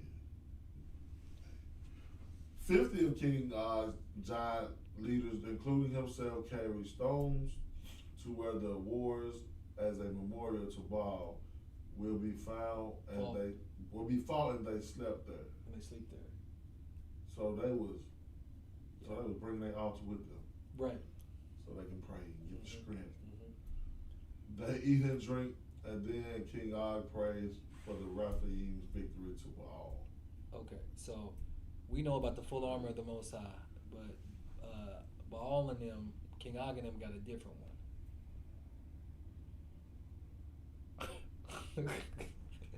Literally, the full armor of Baal. It's in the book, the lost book of King Og. If you want to read that, go ahead, man. Then, before the army of the 100,000 giants, Anak helped King Og put on the whole armor of Baal. So it's so powerful and so big, you have to get help. One giant just can't put it on by himself. He can't do it himself. Mm-hmm. So that he will be able to stand against the wiles of the incoming circumcised. Oh yeah. So King Og took to himself the whole of Baal of the earth, right? Yeah. The whole armor is just the whole of Baal. Yeah, it's supposed to be the whole armor, but yeah, of Baal of the earth, yeah. So that he will withstand on the day of war, and having done all, to stand. King Og stood with his feet apart, having girded his loins with the truth of So the uncircumcision is the truth. That's what Baal is all about, right? He was a breastplate of Baal of the moon. Oh man. King Og also is right. Also shod his feet with the preparation for total warfare. Above all, King Og took the shield of Baal of the stars and constellations to quench all the fiery darts of the circumcised Nephilim. Boy. And King Og fixed Mot's helmet of the afterlife upon his head, and the sword of Baal of the sun, which illuminates the light that surrounds all uncircumcised Nephilim. Does any of that sound familiar? That was blasphemy. Man. After his armor had been fitted upon him, King Og then cursed in his heart, and counted to curse always with all purpose and hatred he could muster against the circumcised Nephilim. For King Og's uncircumcised Rephaim wrestled not against complete giants, but against the circumcised, against their circumcised smaller selves, and against the dark ones of Nimrod's land, against spiritual abomination leaking from individuals with compromised loins. So just to show you how this is blasphemy, in Ephesians 6 verses 10 through 17, finally, my brethren, be strong in Yahuwah and in the power of his might. Put on the whole armor of Yah, that you may be able to stand against the wiles of the devil. For we wrestle not against flesh and blood, but against principalities and powers, against the rulers of the darkness of this world, against spiritual wickedness in high places. Wherefore, take unto you the whole armor of Yah, that you may be able to withstand in the evil day, and having done all, to stand. Stand therefore, having your loins girded about with truth. Wow. And having on the breastplate of righteousness, and your feet shod with the preparation of the Basora of peace. Yeah. Above all, taking the shield of Faith. Amunah, wherewith you shall be able to quench all the fiery darts of the wicked, and take the helmet of salvation and the sword of the Ruach, which is the word of Yahuwah. But I'm telling you, man. Hey, just flip it. Man, they be capping. Yeah. Bruh. Bruh, it's blasphemous. Why would you want to follow a god of moon anyway? What's so good about the moon? Like, I don't, man, come on. Bro, but man. it's all of the sun, of the stars, of the moon, of the earth. Yeah. It's all of everything. Everything that the Watchers taught man. Yeah. Ball. This stuff, man. What has he done for you lately back then? Yeah, I mean, for real. So now we're the 100,000 giant war, right? So King Og's giant army marched into King Og's and to King Nimrod's territory at the desert of damnation. That's literally where they fought at, allegedly. The Nephilim released the dragons, or rhinoceros, and beasts of old, while Nimrod's army brought no beasts. So Nimrod and them, they didn't come prepared. you said rhinoceros. Oh, rhinoceros. They called them dragons. Yeah, back in the day, they were also called dragons as well. Yeah. The Rephaim each killed 100 or more of Nimrod's army at a great rainstorm begins. It ends up raining this whole fight. So one Rephaim ended up killing 100 of them, and they have 100,000 Rephaim, so they killing a bang of them. But I still believe some of this is cap. Cressel's invisible army. That's why I said Cressel. That was one of the notables. Invisible army of dark ones. Yeah. Splits Nimrod's battle lines in half, and the fear of King Og's army grows. Cressel's army kills the most Nephilim in the 100,000 giant war. Yeah. So Cressel army, they was number one. Getting with it. You know, Mr. Get Right With You. Yeah. Myri lifts a mountaintop, throws it, and kills 300 Nephilim, and then turns into a rhinoceros, and his army kills 1,000 Nephilim. Golly. So they were shape-shifting. Then he turned into a rhinoceros. But think about it, because we thought King Og, when he picked up the 3 Parsons, was big.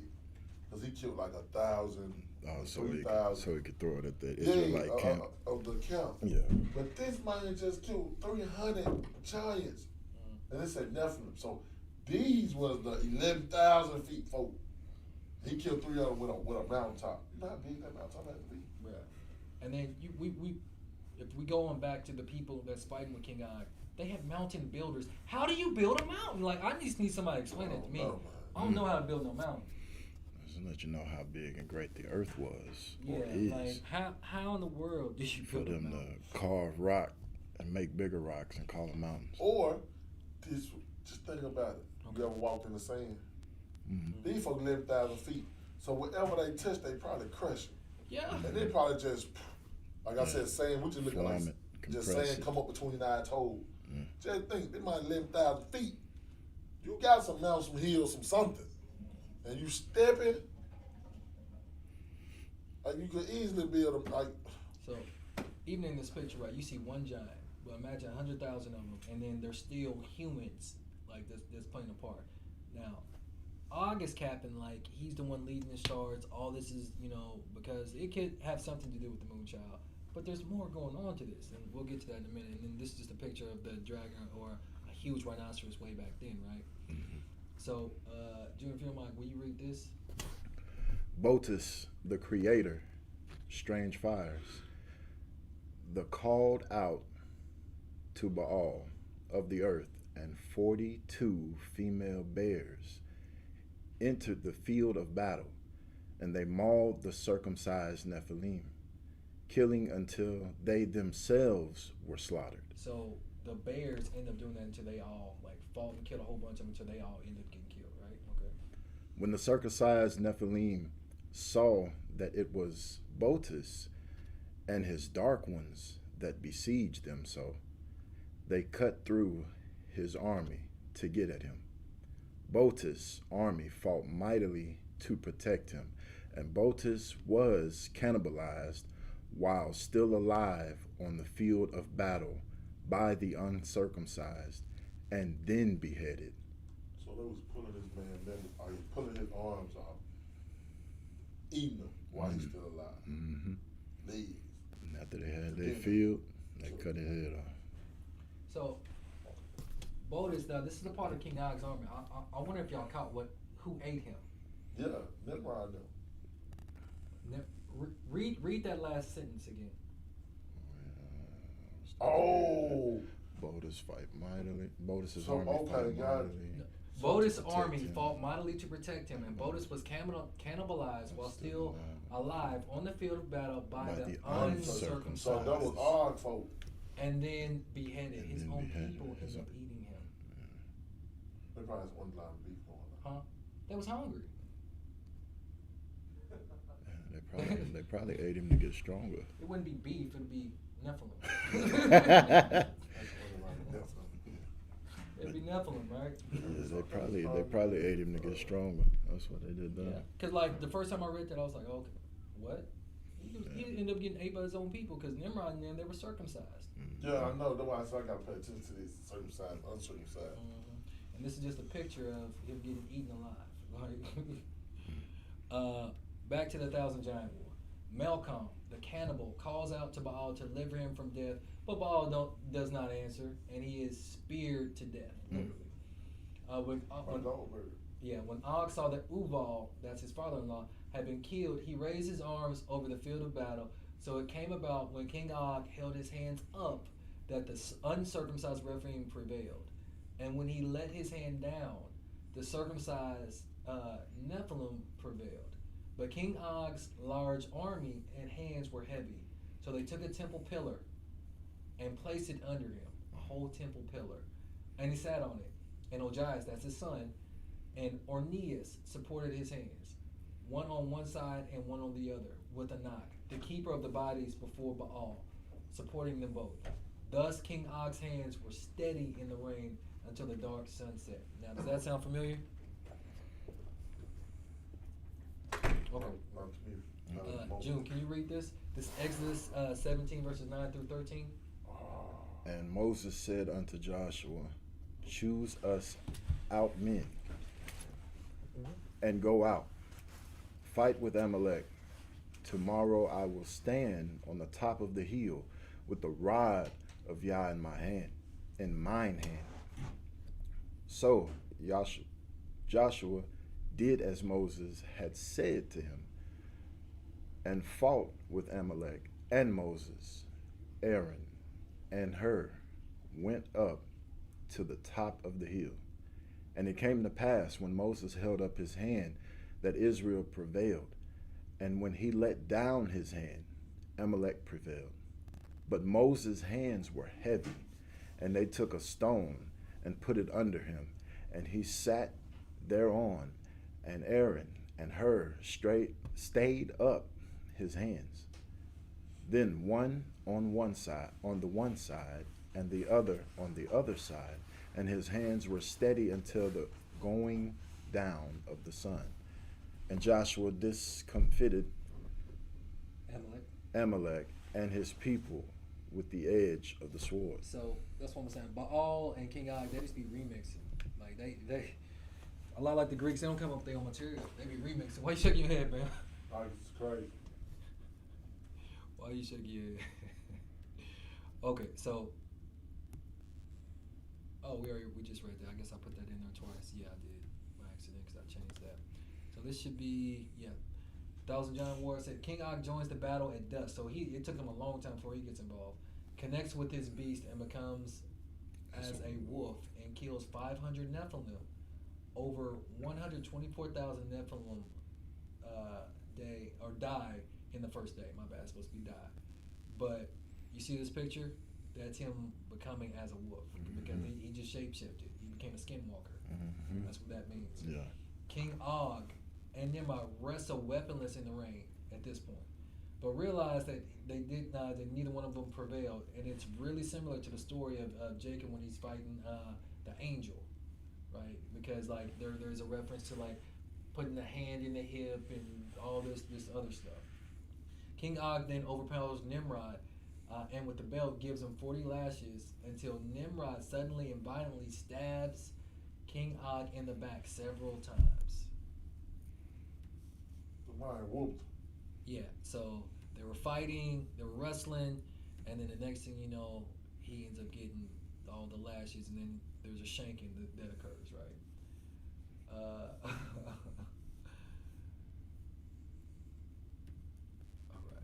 Then it says, Nimrod stands over King Og and begs for forgiveness to be a tributary, because like he's literally sorry about killing the moon child, because all the Nephilim aren't procreating at this point. And the Rephaim. So Nimrod blinds King Og. So he literally ends up grabbing his eye socket and pulling it out, like literally pulls it out. And of course, King Og cries out to Baal there for sight. Baal, he all of a sudden there was some type of magic. He gives him sight in his eyes. And then allegedly King Og and his son Ojias proceed to pull Nimrod apart, one from his head and one from his foot. So they literally rip him apart, allegedly. Now, this is what I'm talking about. Is there anything in the Bible that might be the 100,000 giant war? And I was like, is there anything? So I'm going to quickly read Genesis 14, verses 1 through 17. And it came to pass in the days of Amraphel, king of Shinar. What was Nimrod's other name? Huh? Amraphel, king. Yeah, we went over that last time. King of Shinar. Arioch, king of Elasar. Chedorlaomer, king of Elam. And Tidal, king of nations. Like Jay-Z's company Tidal. Come on, I was just thinking about that. Yeah. He changed it to Rock Nation before he did all that. Oh, crazy. It's crazy. That these made war with Bera, king of Sodom, and with Bersha, king of Gomorrah, Shinab, king of Admah, and Shemeber, king of Zeboim, and the king of Bela, which is Zoar. 12 years they served Chedorlaomer, and in the 13th year they rebelled. Oh, my bad. All these were joined together in the Vale of Siddim, which is the Salt Sea. 12 years they served Chedorlaomer, and in the 13th year they rebelled. And in the 14th year came Chedorlaomer and the kings that were with him, and smote the who? The Rephaim. The Rephaim and Ashtaroth Karnaim, and the Zuzim, other giants, and the Emims, other giants, in Shabbat Kirathim. Damn. So I just put that one. It was supposed to be all of it, but I just put that portion of it in there, right? So was there a connection between King Og and our father Abraham? So we just found a connection between Nimrod. Wait, that was Nimrod, right? The war, yeah. And Abraham. So was there a connection with King Og and Abraham in the Bible? Pretty sure. More than likely. It's not in the Bible, but in extra biblical sources there it is. We're gonna go back to the legends of the Jews. So, Jeremiah, if you don't mind, can you come up here and read this? Will do. Legends of the Jews. That Abraham and Sarah were blessed with offspring only after they had attained so great an age had an important reason. It was necessary that Abraham should bear the sign of the covenant upon his body before he begot the son who was appointed to be the father of Israel. And as Isaac was the first child born to Abraham after he was marked with the sign, he did not fail to celebrate his circumcision with much pomp and ceremony on the 8th day. Shem, Eber, Abimelech, Abimelech. Say it again. Abimelech. King of the Philistines. So who are the Philistines? The giant. Yeah. The citizen giant. Now, after Abraham has his son, all these people, right, are there. Why would the king of the giants be there? Of a tribe of giants? And the Philistines is the uncircumcised giant? They would. Goliath. Yeah, because they're Anakim. So Okay. yeah, so they would be. Abimelech, king of the Philistines, and his whole entire Retinue. Phicol, the captain of his host in it, they all were present, and also Terah and his son Nahor. In a word, all the great ones round about. Okay, keep going. I got You got a question, Ben? Terror, that's Abraham's father, right? Yeah. Mm-hmm. Among the guests of Abraham were the 31 kings and 31 viceroys of Palestine, who were vanquished by Joshua at the conquest of the Holy Land. So that's when Joshua and them were killing all the giants. Amalek. Right. I wonder how tall them giants were they were killing, like, That's a good question. you know. Even Og, king of Bashan, was present. Wait, he was there too? Yeah, he was there. He was present. Ah. Huh. And he had to suffer the teasing of the other guests who rallied him upon having called Abraham a sterile mule who would never have offspring. Og, on his part, pointed at the little boy with contempt and said, were I to lay my finger upon him, he would be crushed. Whereupon God said to him, Thou makest mock of the gift given to Abraham. As thou livest, thou shalt look upon millions and myriads of his descendants, and in the end thou shalt fall into their hands. Now remember, Man. in order for him to survive the flood, he had to agree to be servitude to Noah's descendants. So, but he knew Abraham. And then we just found a connection with Nimrod and Abraham. Because if you look in the book of Jasher, that king that puts a decree out to where Abraham and them have to leave according to the book of Jasher, that was Nimrod. So Nimrod was always trying to kill him. So when Nimrod goes to this whole circumcision thing, this is around the time basically when Abraham's getting the circumcision covenant with the Most High. So all of this stuff, it was just lining up. I'm like, okay, this is different. So then back to Genesis 14. I'm gonna read. I'll read it. Okay. You got it? Okay, go ahead.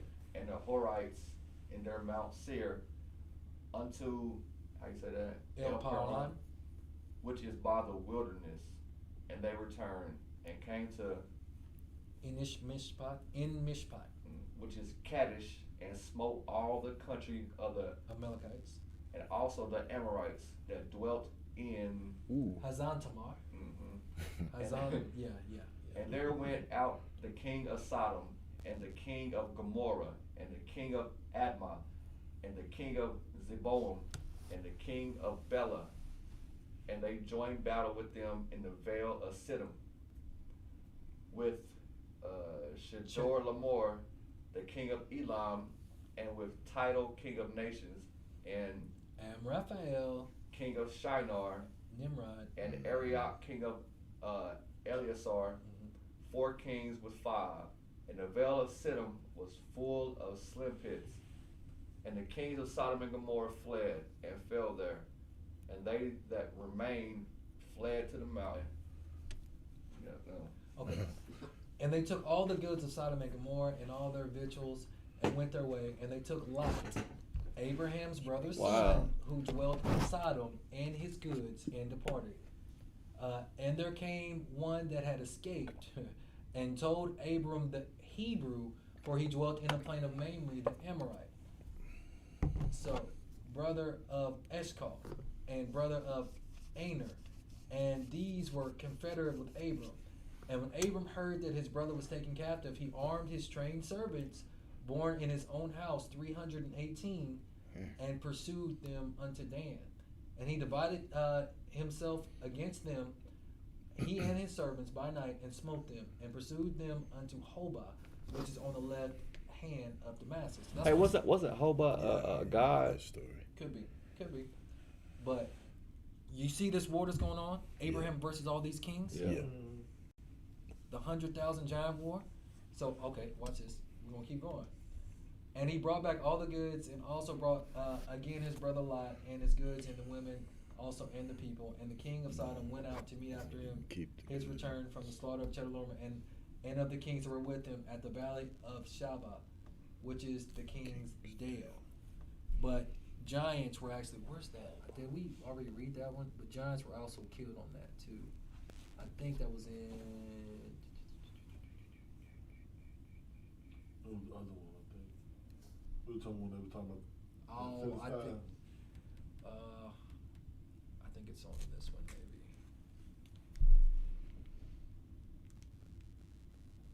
Yeah, verse 5. And in the 14th year came Chedorlaomer and the kings that were with him, and smote the Rephaim in Ashtaroth, Karnaim, and the Zuzims and Ham and the Emims and Shabbat, everything. So there's all these giants getting killed, right? So he's actually combining two different, like, basically wars that happen. Okay, now we're almost done. I didn't think we were going to get all this done.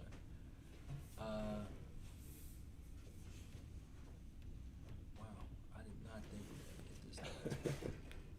But, We learning, boy. yeah. Okay, so June, you mind reading us the Legends of the Jews? So then I'm going to show you a more complete picture with this. The departure of Lot had a serious consequence, for the war waged by Abraham against the four kings is intimately connected with it.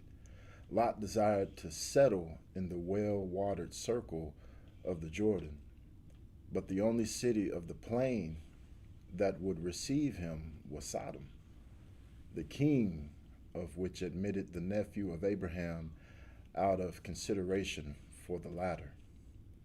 The five impious kings planned first to make war upon Sodom on account of Lot, and then advance upon Abraham. So the whole premise behind it was to get to Abraham, or the circumcision. And this whole book's about the circumcision versus the uncircumcision. Let's read a little bit more. It says, for one of the five, Amraphel, there he is again, was none other than Nimrod, Abraham's enemy from of old. The immediate occasion for the war was this: Chedorlaomer, one of Nimrod's generals, rebelled against him after the builders of the tower were dispersed, and he set himself up as a king of Elam. Then he subjugated the Hamitic tribes living in the 5 cities of the plain of the Jordan, and made them tributary. For 12 years they were faithful to their sovereign ruler Chedorlaomer. But then they refused to pay the tribute, and they persisted in their insubordination for 13 years. Making the most of Chedorlaomer's embarrassment, Nimrod led a host of 7,000 warriors against his former general in the battle fought between Elam and Shinar. Nimrod suffered a disastrous defeat. He lost 600 of his army, and among the slain was the king's son Marduk. So Nimrod lost his son Marduk. Humiliated and abased, he returned to his country, and he was forced to acknowledge the suzerainty of Chedorlaomer, to honor him being the king, basically, who now proceeded to form an alliance with Arioch, king of Elasar, entitled the king of several nations, the purpose of which was to crush the cities of the circle of the Jordan. The united forces of these kings, numbering 800,000, marched upon the 5 cities, subduing whatever they encountered in their course. So King Og and them only had 100,000, but allegedly this the other side would have way more, right? And annihilating the descendants of the giants. This is I went forward a little bit. So in annihilating the descendants of the giants, fortified places, unwalled cities, and flat open country, and fell in their hands. So a bunch of the giants end up dying. So that's what I'm saying. He's combining things he shouldn't be combining, and then he capping because he's claiming he did things he didn't do. Let the victors despoil Sodom of all its goods and victuals, and took Lot, boasting, we have taken the son of Abraham's brother captive. So betraying the real object of their undertaking, their innermost desire was to strike at Abraham. So that's what they always wanted. So this 100,000 giant war, because we just saw that Abraham ends up slaughtering everybody. So when it talked about how there was like, if you read in Genesis, that there was an escapee that comes to Abraham and tells him about what happened to Lot, and so he can go over there. According to other research I've done, King Og's the one that told him that. So he couldn't actually win the war. So he goes and tells Abraham or whatever, because for 2 reasons. For one, he promised to be a slave, in perpetuity, but also Sarah was so beautiful. He actually, it literally says that he hoped in his heart that that Abraham would die, so he could take her. Yeah. So he wicked by all of the moon. Okay, so now we're almost done. Got 3 more. The other death of Nimrod. So this is what you were talking about, Jamar. This is what I think probably happened. Oh, no.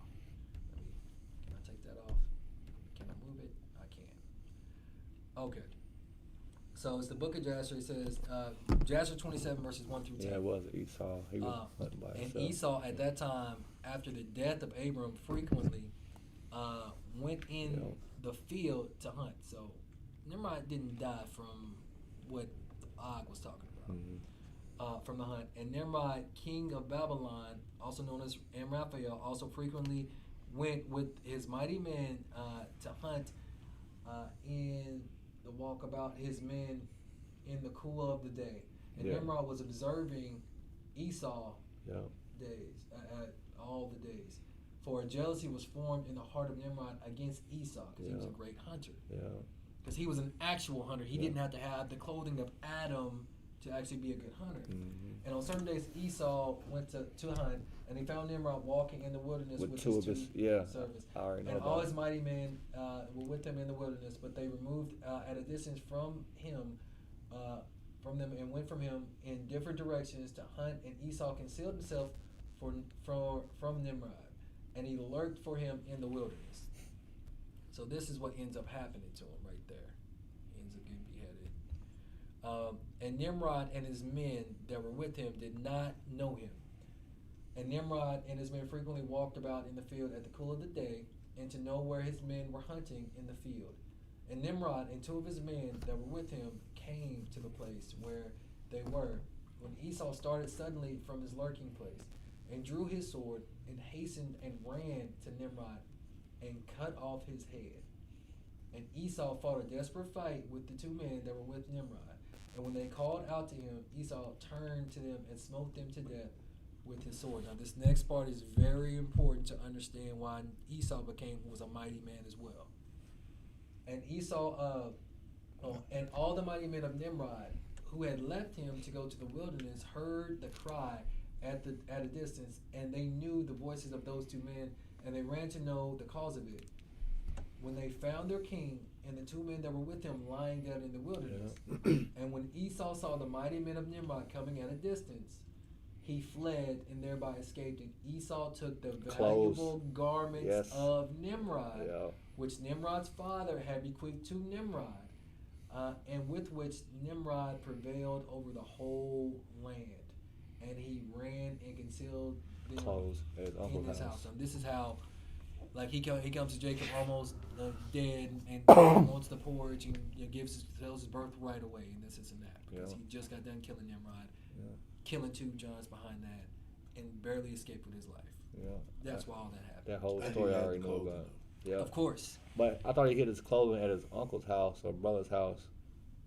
This is directly from the book of Jasher. So I must have misheard him while I was sleeping there. But so the 100,000 giant war did happen, but King Og didn't do all that he was claiming to do. He didn't kill Nimrod. There was a bang of people in there. There was giants in there. There was that was a combination of a couple different wars or fights going on. People who build mountains and throw mountains, man, that's crazy, man. So you build it and you throw it. Man. Can you imagine the earthquake that hits the ground when that mountain hits the ground? I'm still tripping over the dark ones, bro. Look. Oh yeah. Man, you got one dude that don't even talk. He has dark ones talking for him. I'm not talking. You got one of them that's like drunk and dark ones, but like he ain't never sober. Yeah. So like, no, man. Another one Look. surrounded by black flame. Yeah. I'm cool on that, bro. Yeah. Another one that tamed the dark ones. I'm cool on that, man. You should have been here with the other one. He was eating. Yeah, I was Yeah.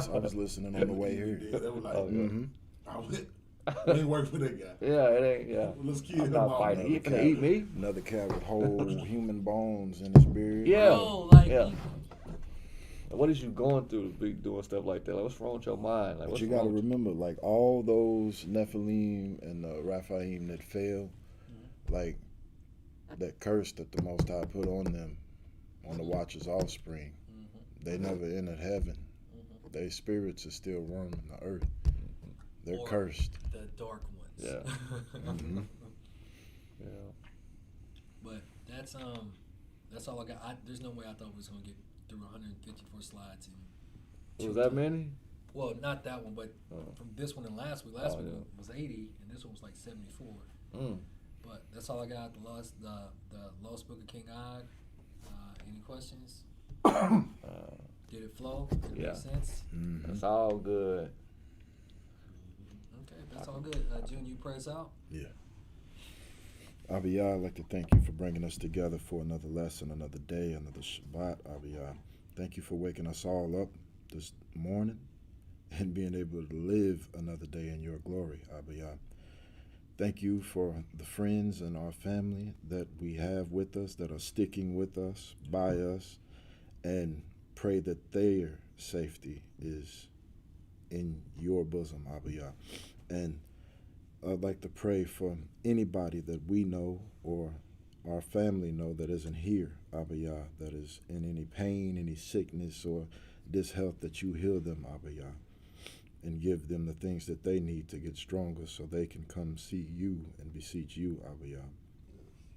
And Abba, I just pray that we all stand strong in the things that are going on today in this world, Yes, Father. Abiyah, and keep a sane mind, a sound mind, Abiyah, and to come to you first. In your name I pray. Yah. Shalom. Shalom. Amen.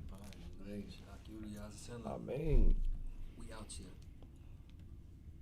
Mm-mm-mm-mm.